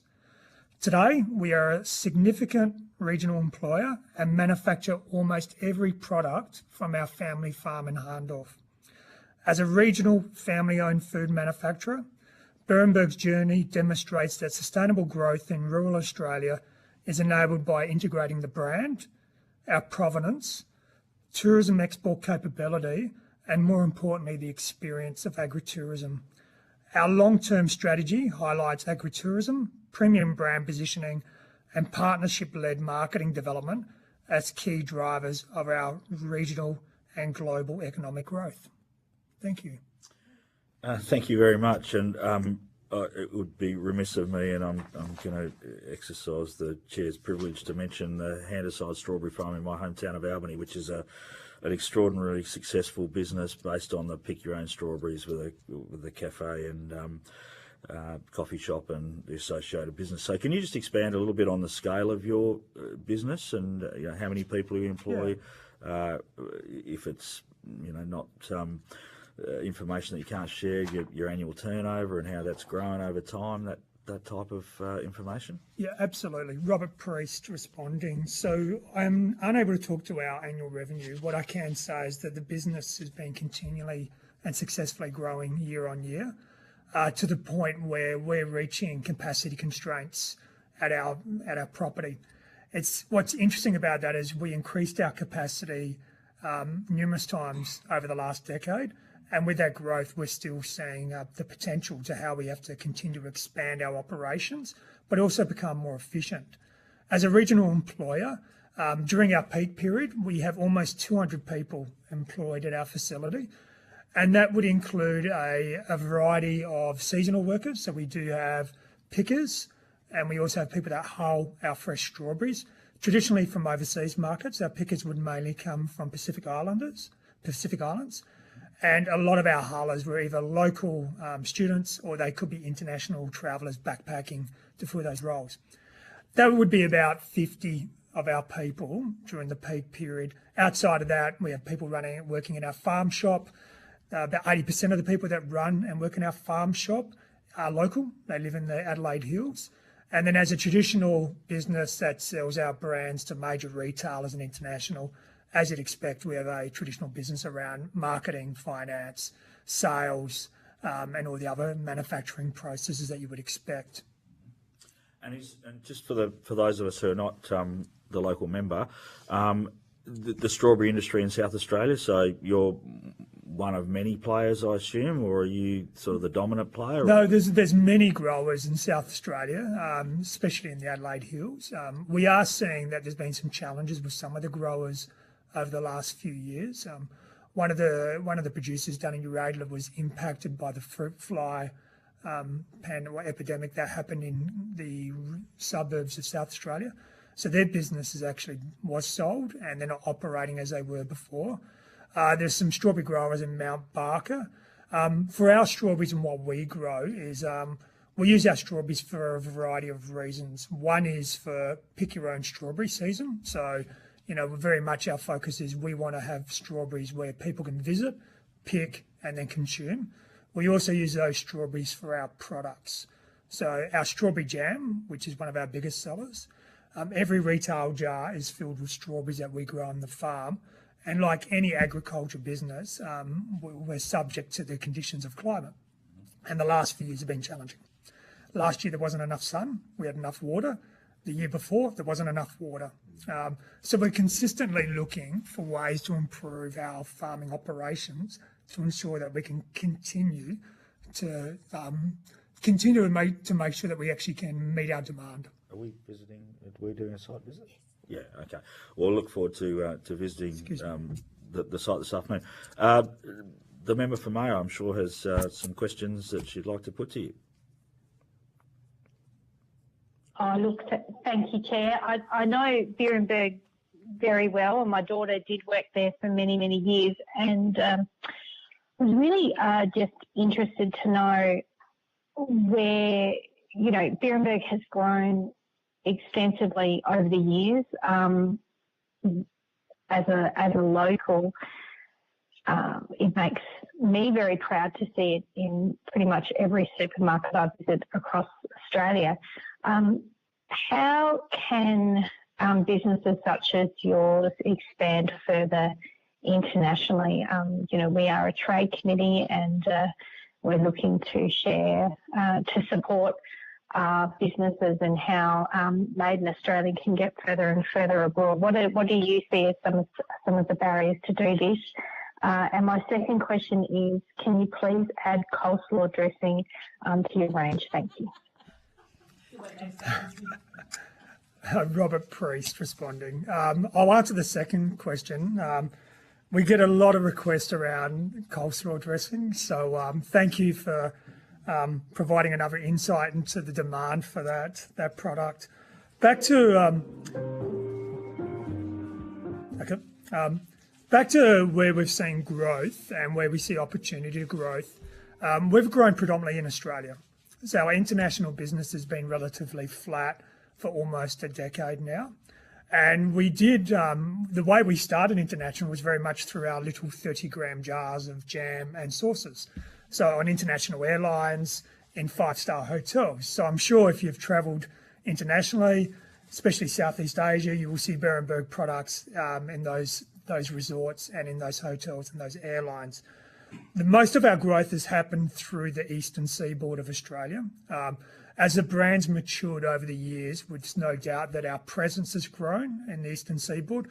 We have a lot of love and support for our brand here in South Australia. However, the majority of the population is interstate, so that's where we've been focusing a lot of our efforts. And we've also seen strong growth in our farm shop. So our farm shop visitation has grown tremendously over the years. A lot of that's been behind the investment that we've done in the farm shop and our cafe that you'll see today, and the ease of trying to make pick your own strawberries, just an experience a little less frictionless for our visitors. We do still see opportunities to grow in that space. We are very much busy in the strawberry season, November to April. Outside of that, it can be very quiet. Back to the international growth opportunity, we've just resourced differently to get more focus internally. So we've put on a head of international sales to make sure that we get the right focus in the international markets, and purposely made sure that our head of operations or head of sales for Australia doesn't get distracted by international markets. So that's the first thing we've done. We are now creating our new strategy of where to focus, and we've predominantly been sold in Southeast Asia and in the Middle East. And once again, that's been predominantly in those 30-gram jars, our little containers. We see the opportunity for growth in supermarkets. We are represented in some of those international supermarkets, but we don't have a large feature. But what we do know about our produce and our product, it is trusted. However, the local palates typically aren't looking for our style of brand, style of flavours.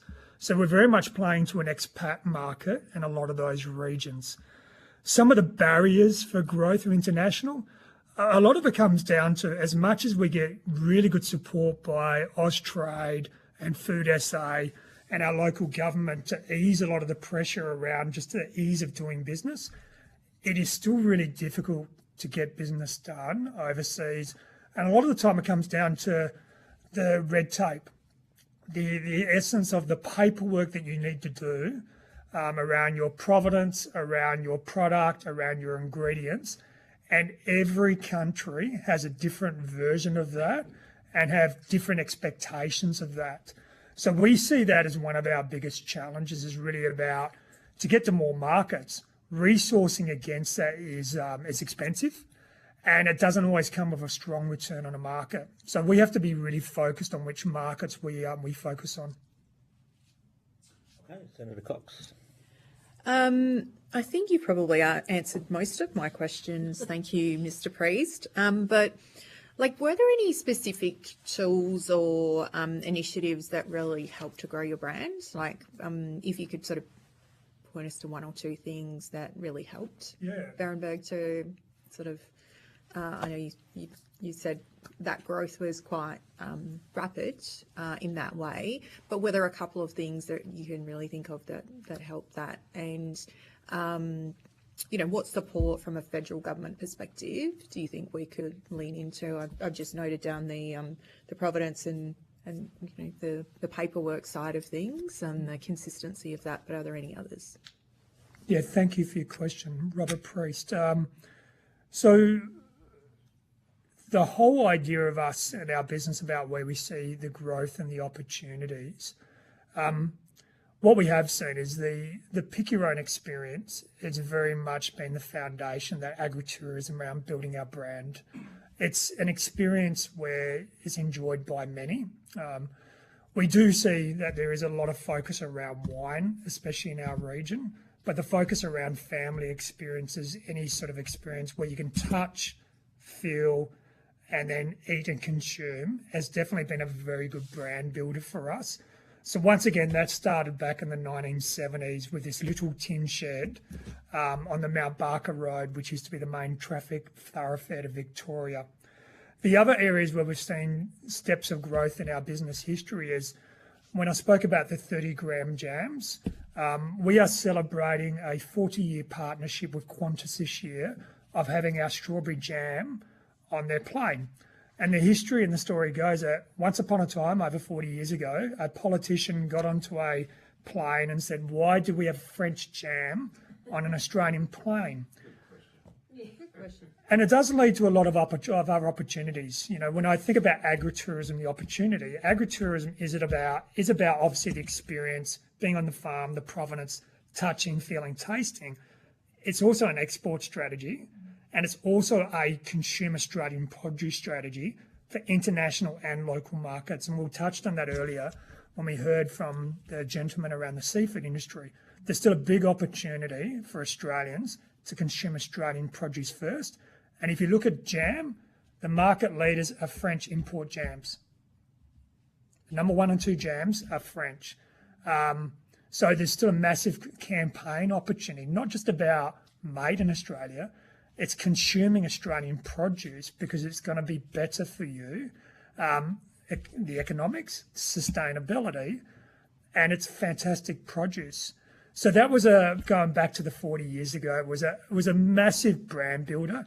And to the entrepreneurial spirit of our business, Grant Pake at the time didn't even know how to make those jars, but he committed to a reporter that he could do it. Fast forward to the next thing that changed our business is that when we decided that we had an opportunity to grow up, we invested in research, consumer and customer research around our brand. And what we found was that our branding was a bit stale, it was a bit too traditional. And then we went on a mission of changing our packaging.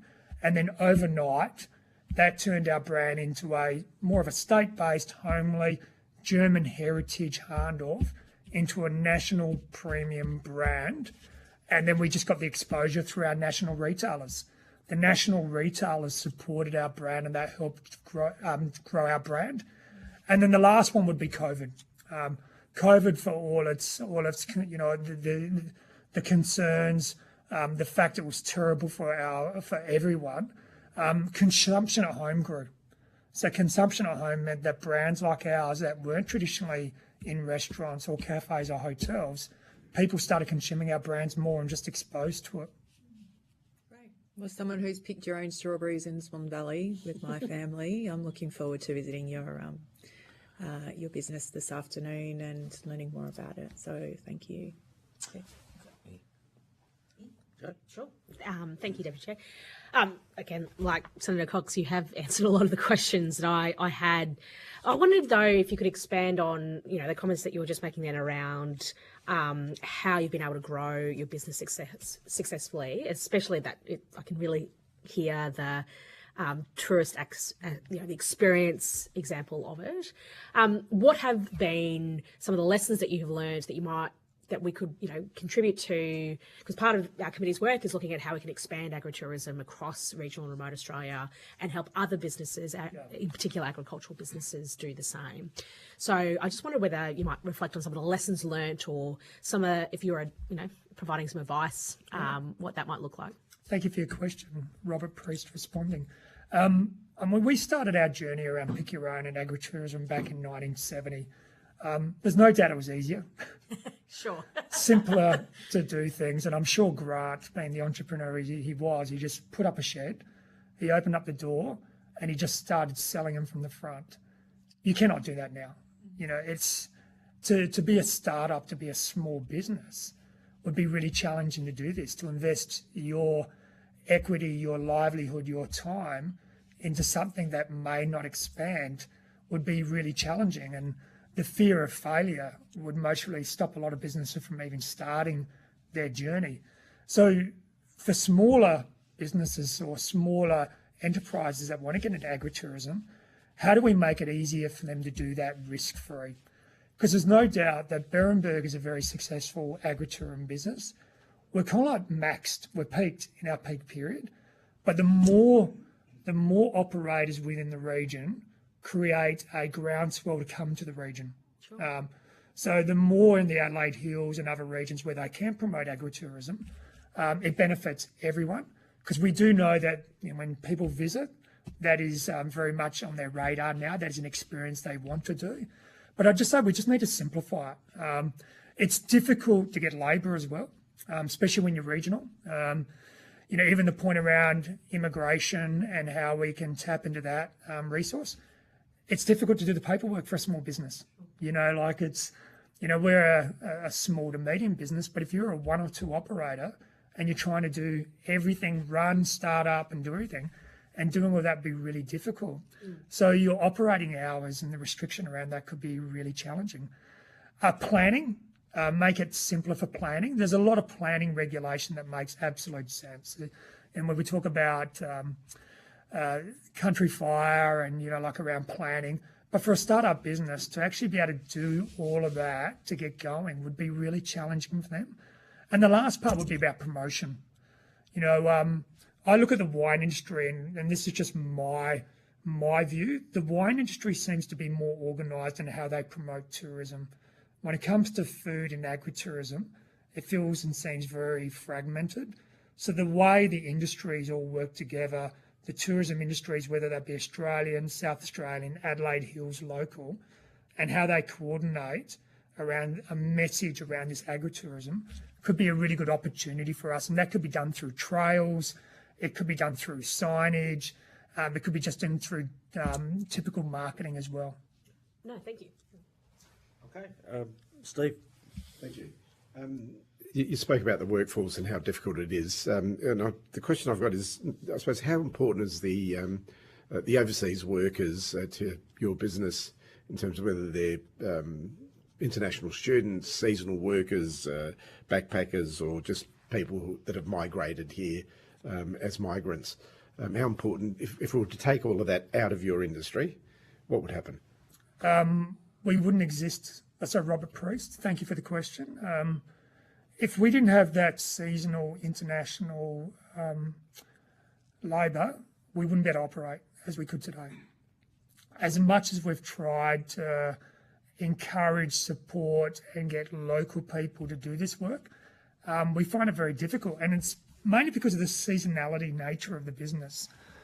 We are picking from November up until the end of April. And a lot of people are looking for more commitment than a 5-6 month job. So we wouldn't be able to pick strawberries. We mostly could still manage to pick your own farm. I should correct myself there. But to pick the strawberries to go into our jam, to go into our shop, to be able to sell, we wouldn't be able to do that. We are seeing more interest from people who've decided to live in Australia, work in our business. And a lot of that's happened because of the growth region that we live in, the Adelaide Hills. As you may see, is one of the fastest growing regions in Australia. The region of Mount Barker, South Strathalbyn and those regions are growing very fast. However, the competition for labour is getting stronger. Murray Bridge is becoming more of an employer for production. And then also the whole point around commuting and cost of living is making it more challenging in general. Thank you. And my other question is, in terms of exports, you spoke about Southeast Asia. One of the intricate, bizarre things, for example, in Thailand, we can only export strawberries that have been packaged or packed in Tasmania or grown in WA. So that's one of the intricate, sort of bizarre things. I'm not sure about produce that has been turned into a product like jam. Is it the same? Thank you for your question, Robert Priest, responding. It's definitely not the same for jam.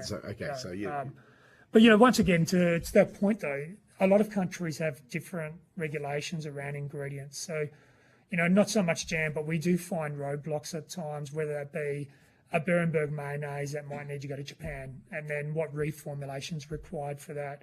So every individual country's got their own uniqueness when it comes to that. But when it comes to our finished product in strawberry jam, we do not face those barriers in. Right.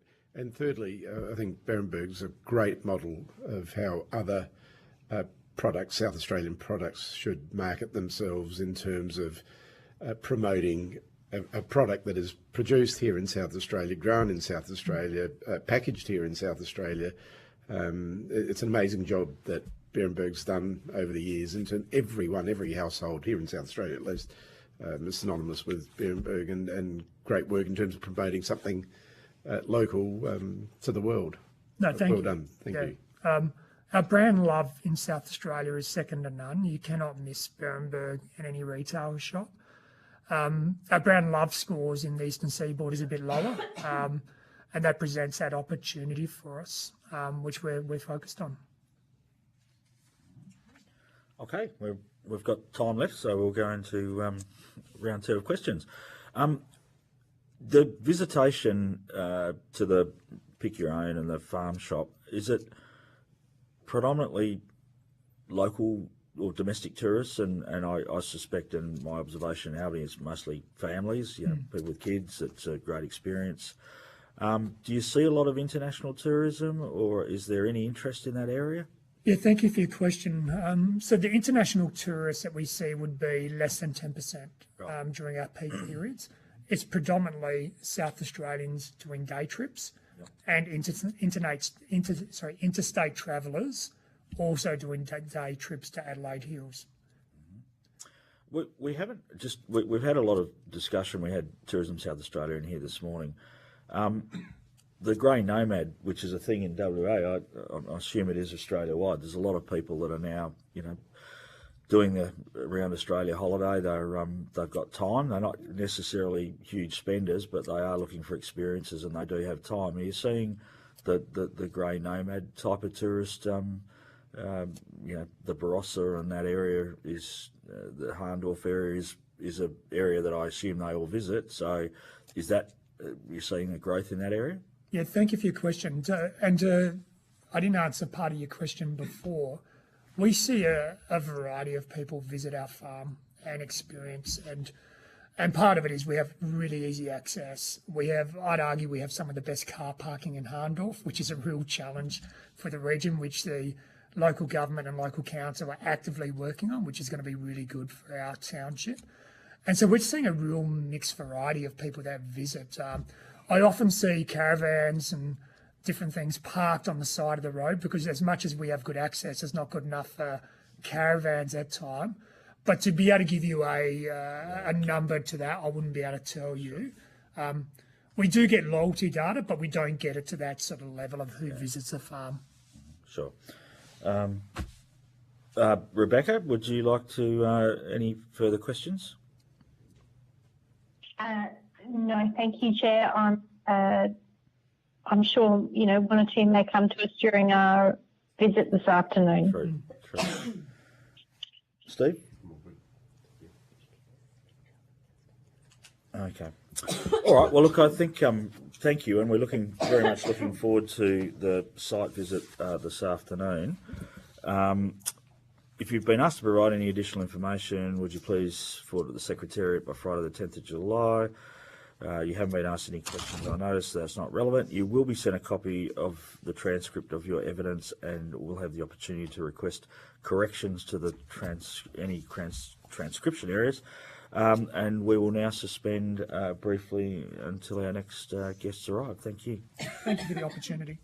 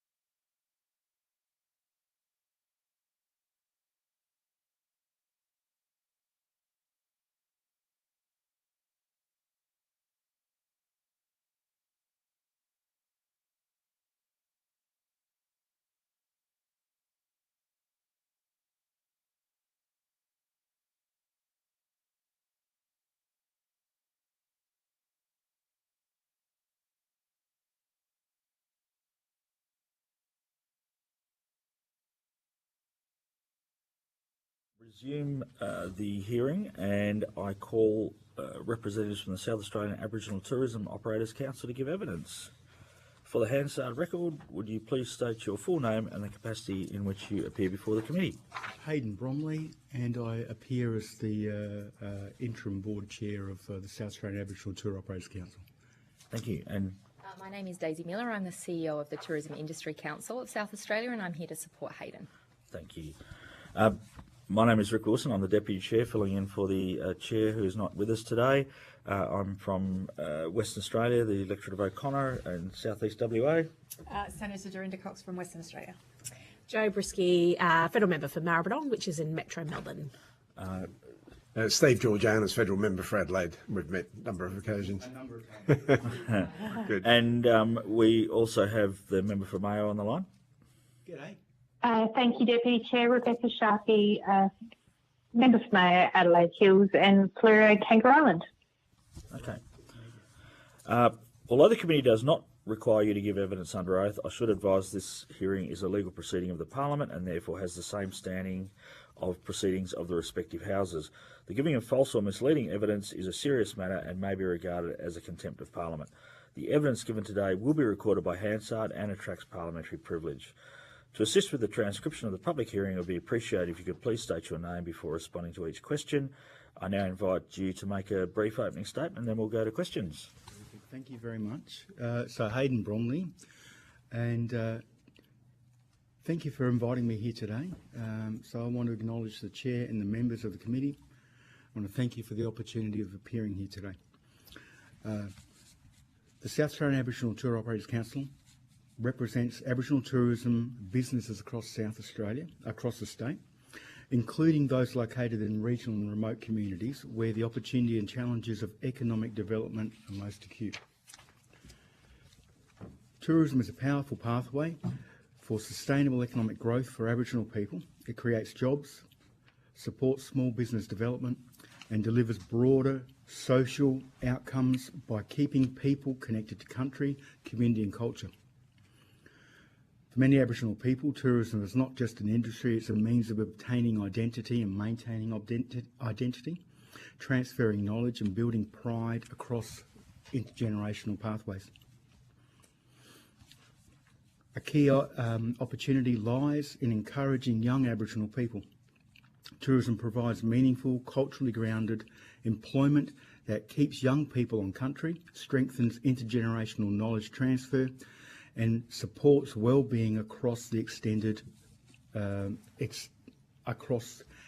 well-being outcomes that extend across the broader economy. We also highlight the significant and growing opportunity in food and agritourism. As South Australian Tourism Commission noted in their submission to this inquiry, there is a strong and increasing demand for food, wine and agritourism experiences, where billions have already been spent nationally. Aboriginal food experiences, particularly native foods, offer a unique point of difference.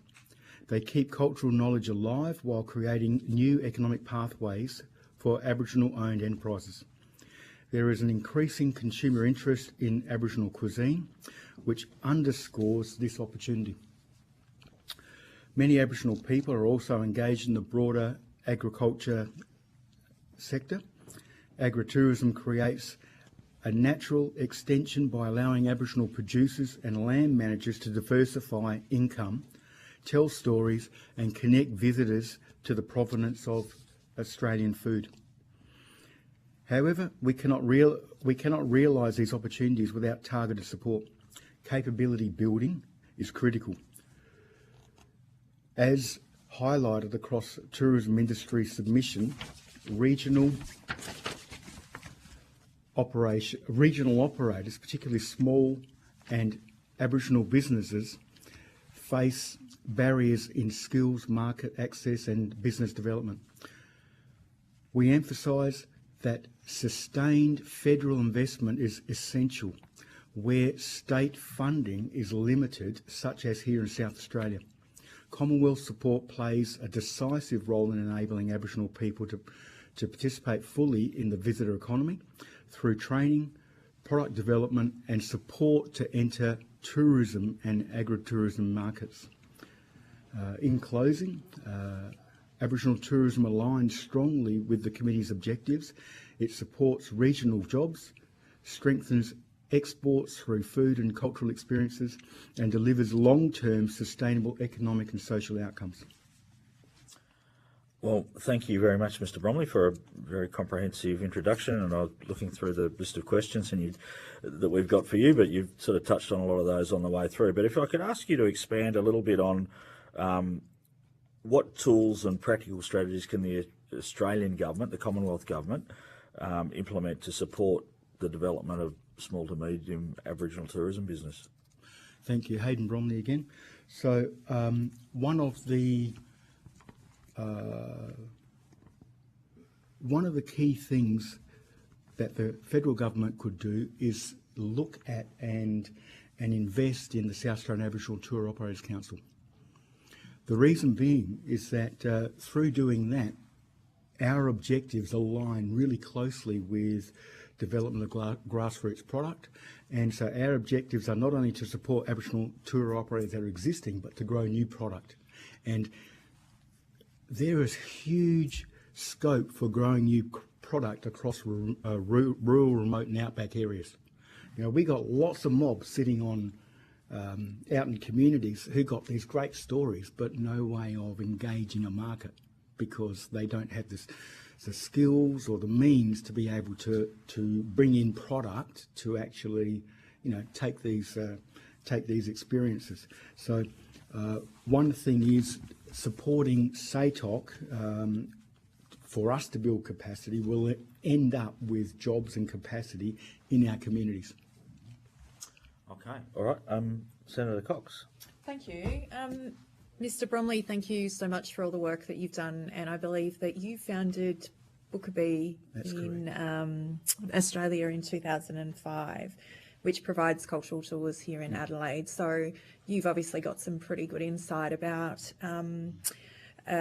you know, where the key gaps are and the opportunities for supporting Aboriginal tourism businesses, in particular, how from startup, but also particularly across regional and rural areas. So do you want to talk us through some of that? I can talk to you, I can talk to the cows come home.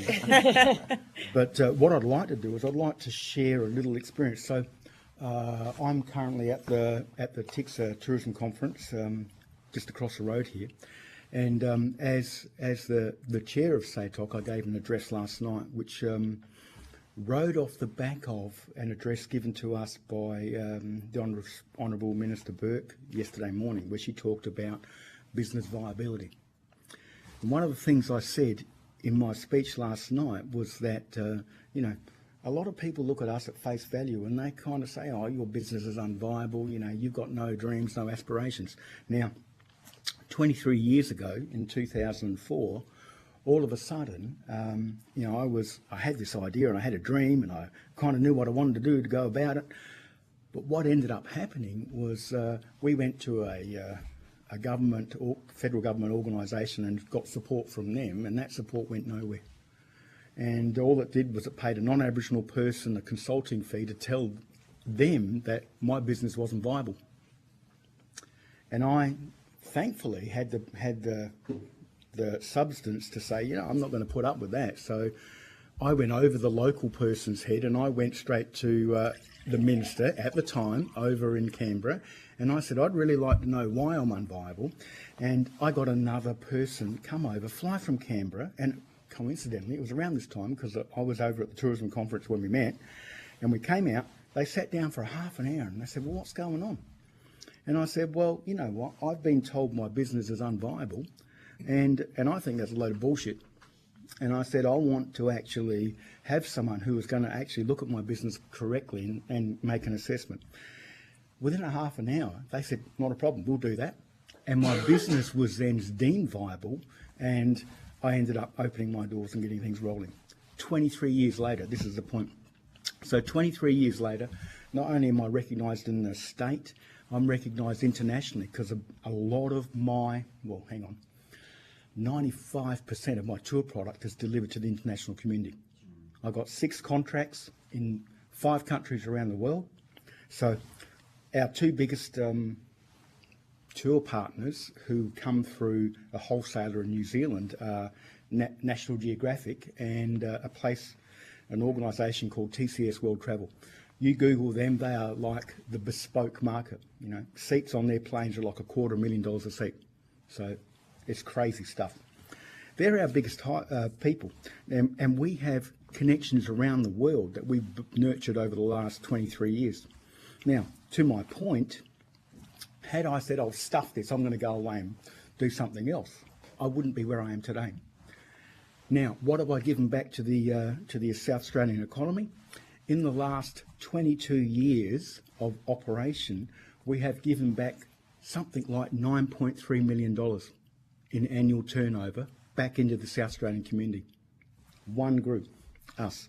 Now, if we multiply that by all the Aboriginal people who've got great ideas all around the state, and we say, okay, firstly, converting them into meaningful business, and not just chicken feed, but meaningful business, allows for those people to start to engage and contribute back to the economy. I hate to say it, but a lot of the people who will seek out Aboriginal product are in the international community. You know, people in our own backyard don't give 2 rats about us, but the international community love us. And it's important to understand that. And they will come here and spend money in the Aboriginal community, which goes straight back to our families. So that is just one experience, and you know, that money that's gone back into the South Australian economy, that's gone back in taxes and rates and everything else, which is really important. Thank you. Thank you, Ms. Proceedings. Thanks very much. It's really lovely to be able to hear from you today.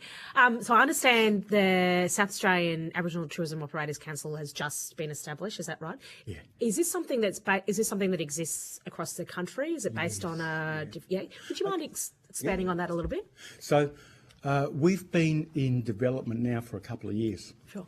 And I'll talk about the development process in a minute, but in terms of national equivalents, the best model is WATOC. So the Western Australian Indigenous Tour Operators Council, best model. They've been around for over 20 years. And I think they're currently talking about celebrating their 25th or 25 years, isn't it? Yeah, 25th anniversary, which is pretty amazing. And what they've done as WATOC is they've realised what we're trying to do today. They've realised how to unlock Aboriginal potential in Western Australia. Now, there's a NATOC in New South Wales. There's Queensland has one. Victoria's developing one. So these forums are all over. The interesting thing is, in Western Australia, they've received a whole lot of government funding, and it's ongoing, and it's helped to build capacity. And that money, like I said, goes back in the Aboriginal community. Over in Victoria, I think Victoria, they've just had from the state government funding which has come through, which is really good. And in our recent elections, we're still waiting to hear what's going to go on. So, you know, the elections have come, the water's gone under the bridge, and we're waiting to hear, hopefully, that there will be some light at the end of the tunnel. So that's what we've seen. Now, in terms of the growth of SafeTop, one of the things that's happened is we have literally spent 2 years creating a robust constitution. Now, why? I've been in the game for a long time, and I've watched people come along, put up a shingle, put a black handprint on it, and claim to be us.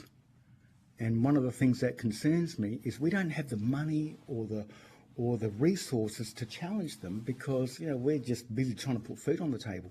And they come along and they claim that product, and people go away with a bad taste in their mouth because they got swindled. So what we're wanting to do here, and this is why it's taken so long, is we want to ensure that our constitution is robust enough that we can actually filter out people who are not part of our community.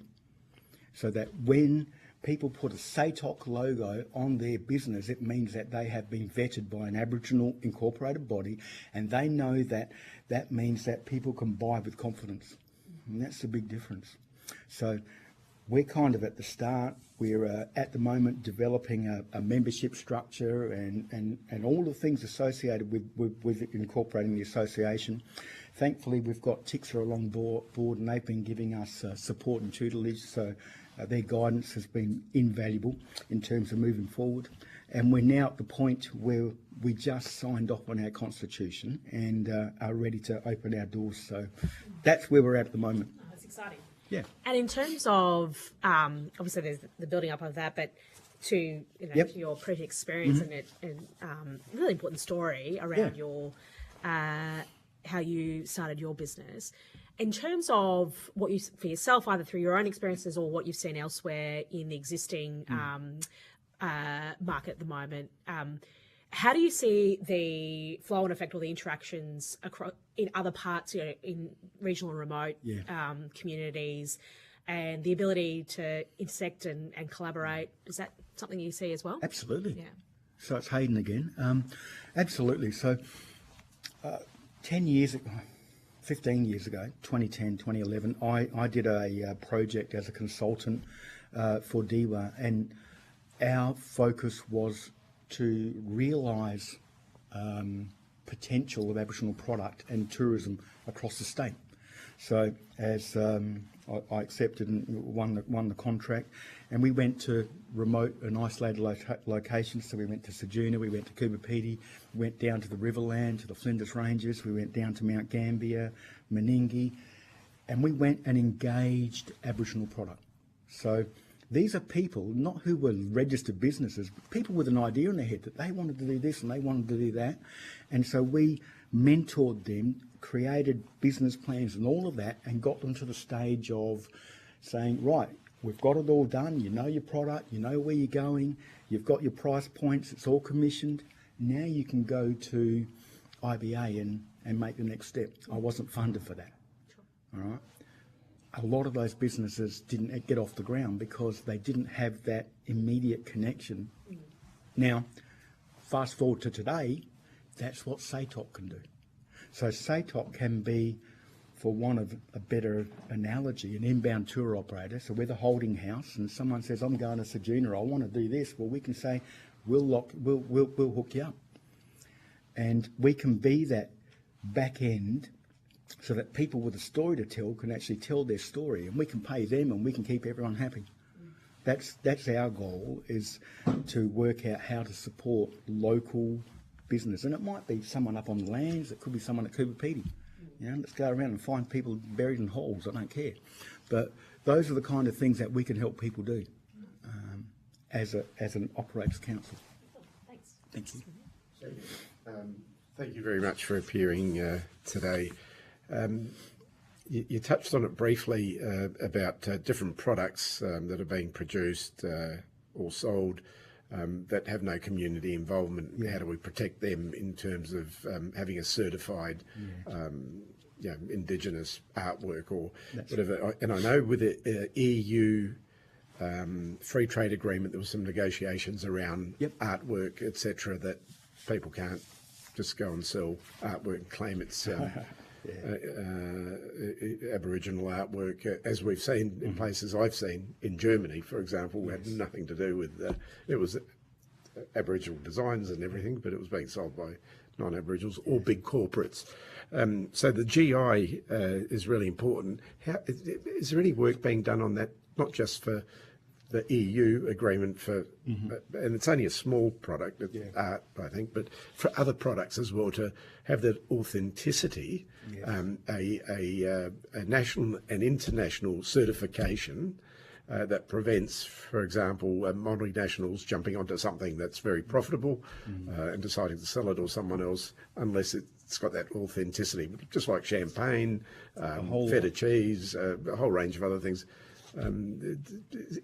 Something national that should be developed for our own consumptions and consumers, but also international as well. Thank you. So it's Hayden again. There is something in the works. Well, we have something that's established. It's called the Australian Tourism Data Warehouse. Now that ATDW actually is a place where anybody who's got something to sell in this tourism space registers their product there. which is great. But the problem is people are a bit cheeky.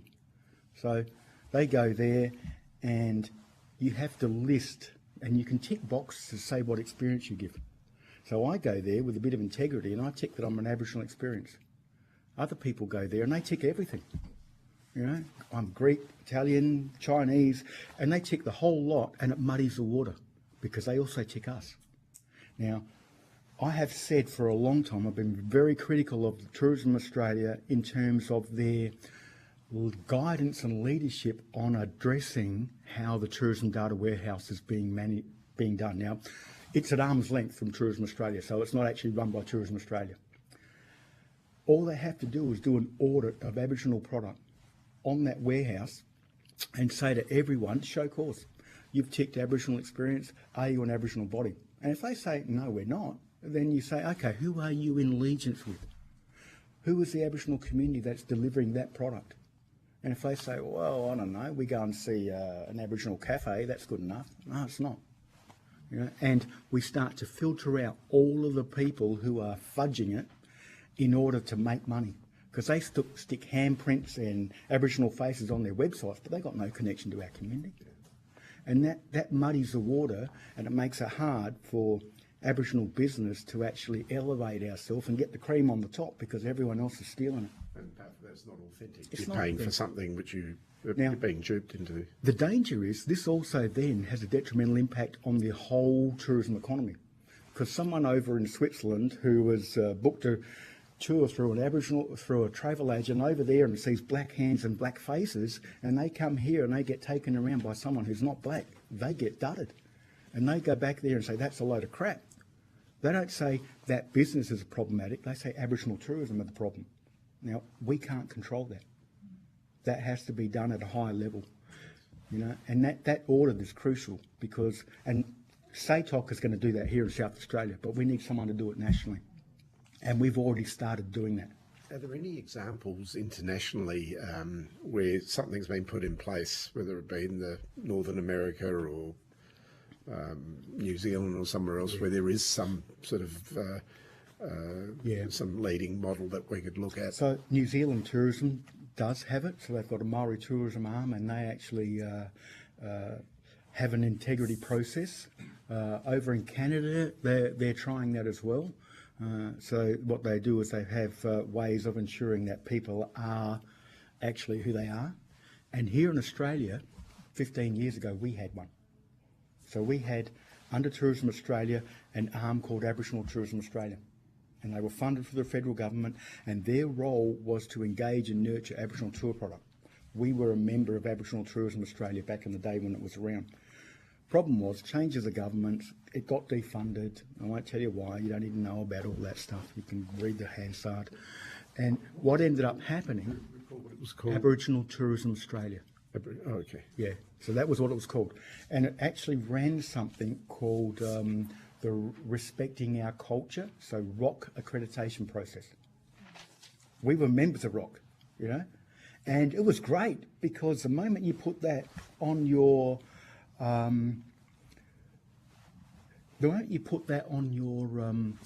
website, people knew that you were an Aboriginal product. Certification. Yeah, it literally was, you know, and we were proud about it. But when it was divested from Tourism Australia, Ecotourism Australia picked it up.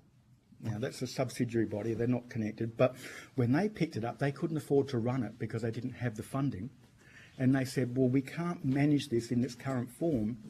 And what they did was they then said, okay, if you're in allegiance with an Aboriginal body, then you can get the accreditation. That's when it went to custard.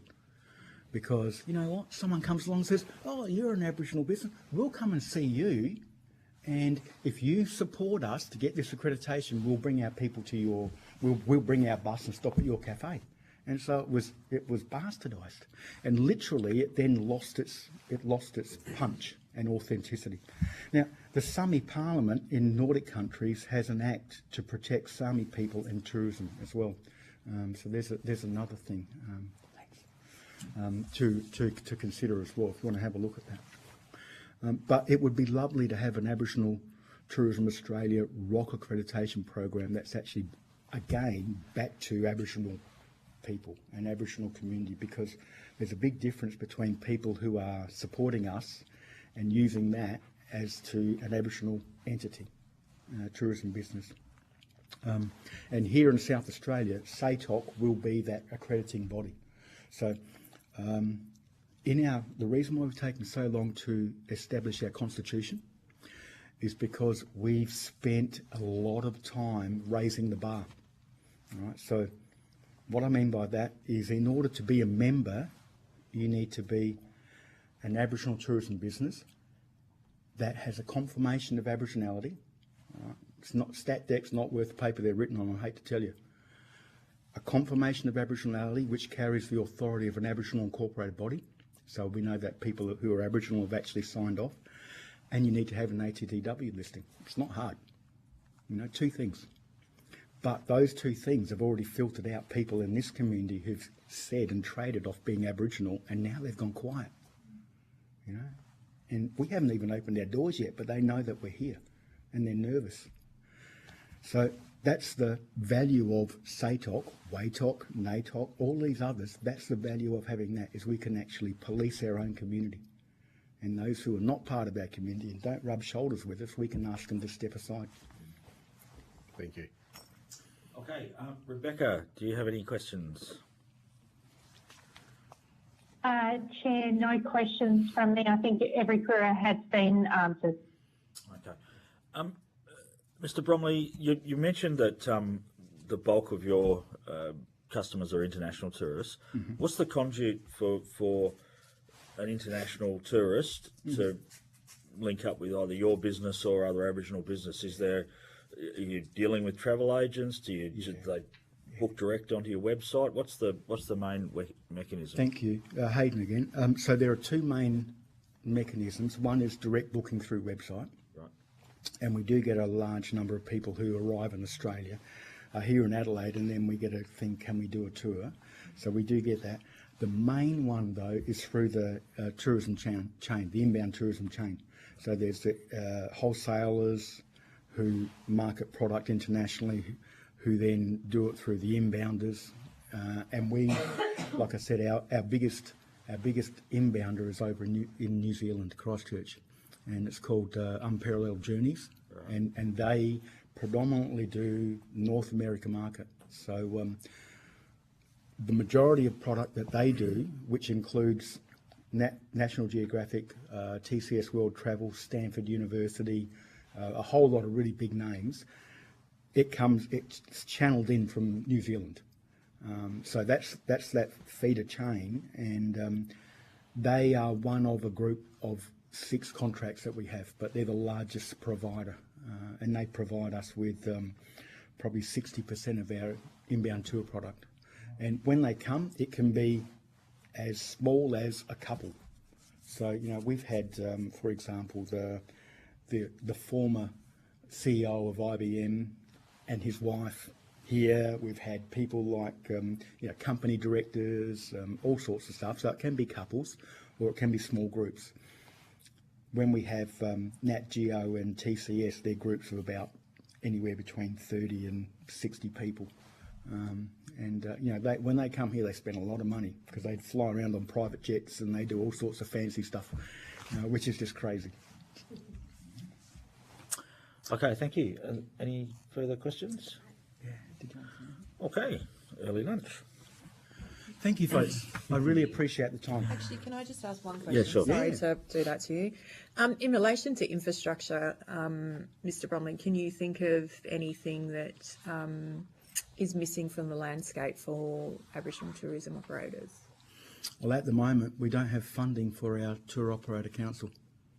And one of the crucial things to consider is if we, like our goal in our first year is to build the number of tour operators in the state to, I think it's 18 operators. We've got currently about 18, and then we're looking at ongoing building. Now, even if we say, okay, we've now got 18 operators, isn't that great? Those 18 people are not going to be able to fund a professional association. So we need to have the ability, it's got to be state government, it's got to be federal government. We need to have the ability to run a professional association that will deliver funding and resources back into Aboriginal communities. We don't have that at the moment.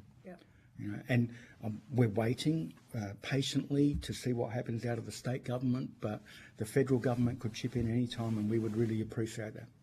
Okay, great, thank you. Okay. Thank you very much for attending today and a very enlightening presentation. If you've been asked to provide any additional information, would you please forward it to the Secretariat by the 10th of July 2026? You will be sent a copy of the transcript of your evidence, and you will have the opportunity to correct any transcription errors. I thank everybody for their... Can I just make one more comment, please? Yeah, sure. Thank you. I'm sorry about this. I just moved my piece of paper and realised there was something I really wanted to say. Okay. Federal government supported the establishment of a Yitpi Yatapuliku business over in Port Adelaide, and I think it was to the tune of about $2.3 million federal funding that got that entity up and running, which is lovely, and I congratulate the federal government for their foresight in that. What I'd like to say, though, is that is an asset that is owned by the Port Adelaide Enfield Council, and whilst that asset is there and it can be used, there is engaging that asset can be a bit frustrating. In terms of SATOC, one of the big differences is that money went into the Port Adelaide Enfield Council, and they now have an asset which we can use if we decide to go there, and the community is trying to work out how to manage that. If we fund SATOC, what we're going to be doing is that funding is going to be helping to grow grassroots connected community product and build capacity in homes, black homes around the country, around the state. So what I'd like to say is kudos on supporting the establishment of Yitpi, but you know, even for a fraction of that, we could make a world of difference in Aboriginal homes. Thank you. Thank you. Okay, having read the final closure statement, I will now thank everybody for their attendance and declare this public hearing closed. Thank you all very much. Thank you.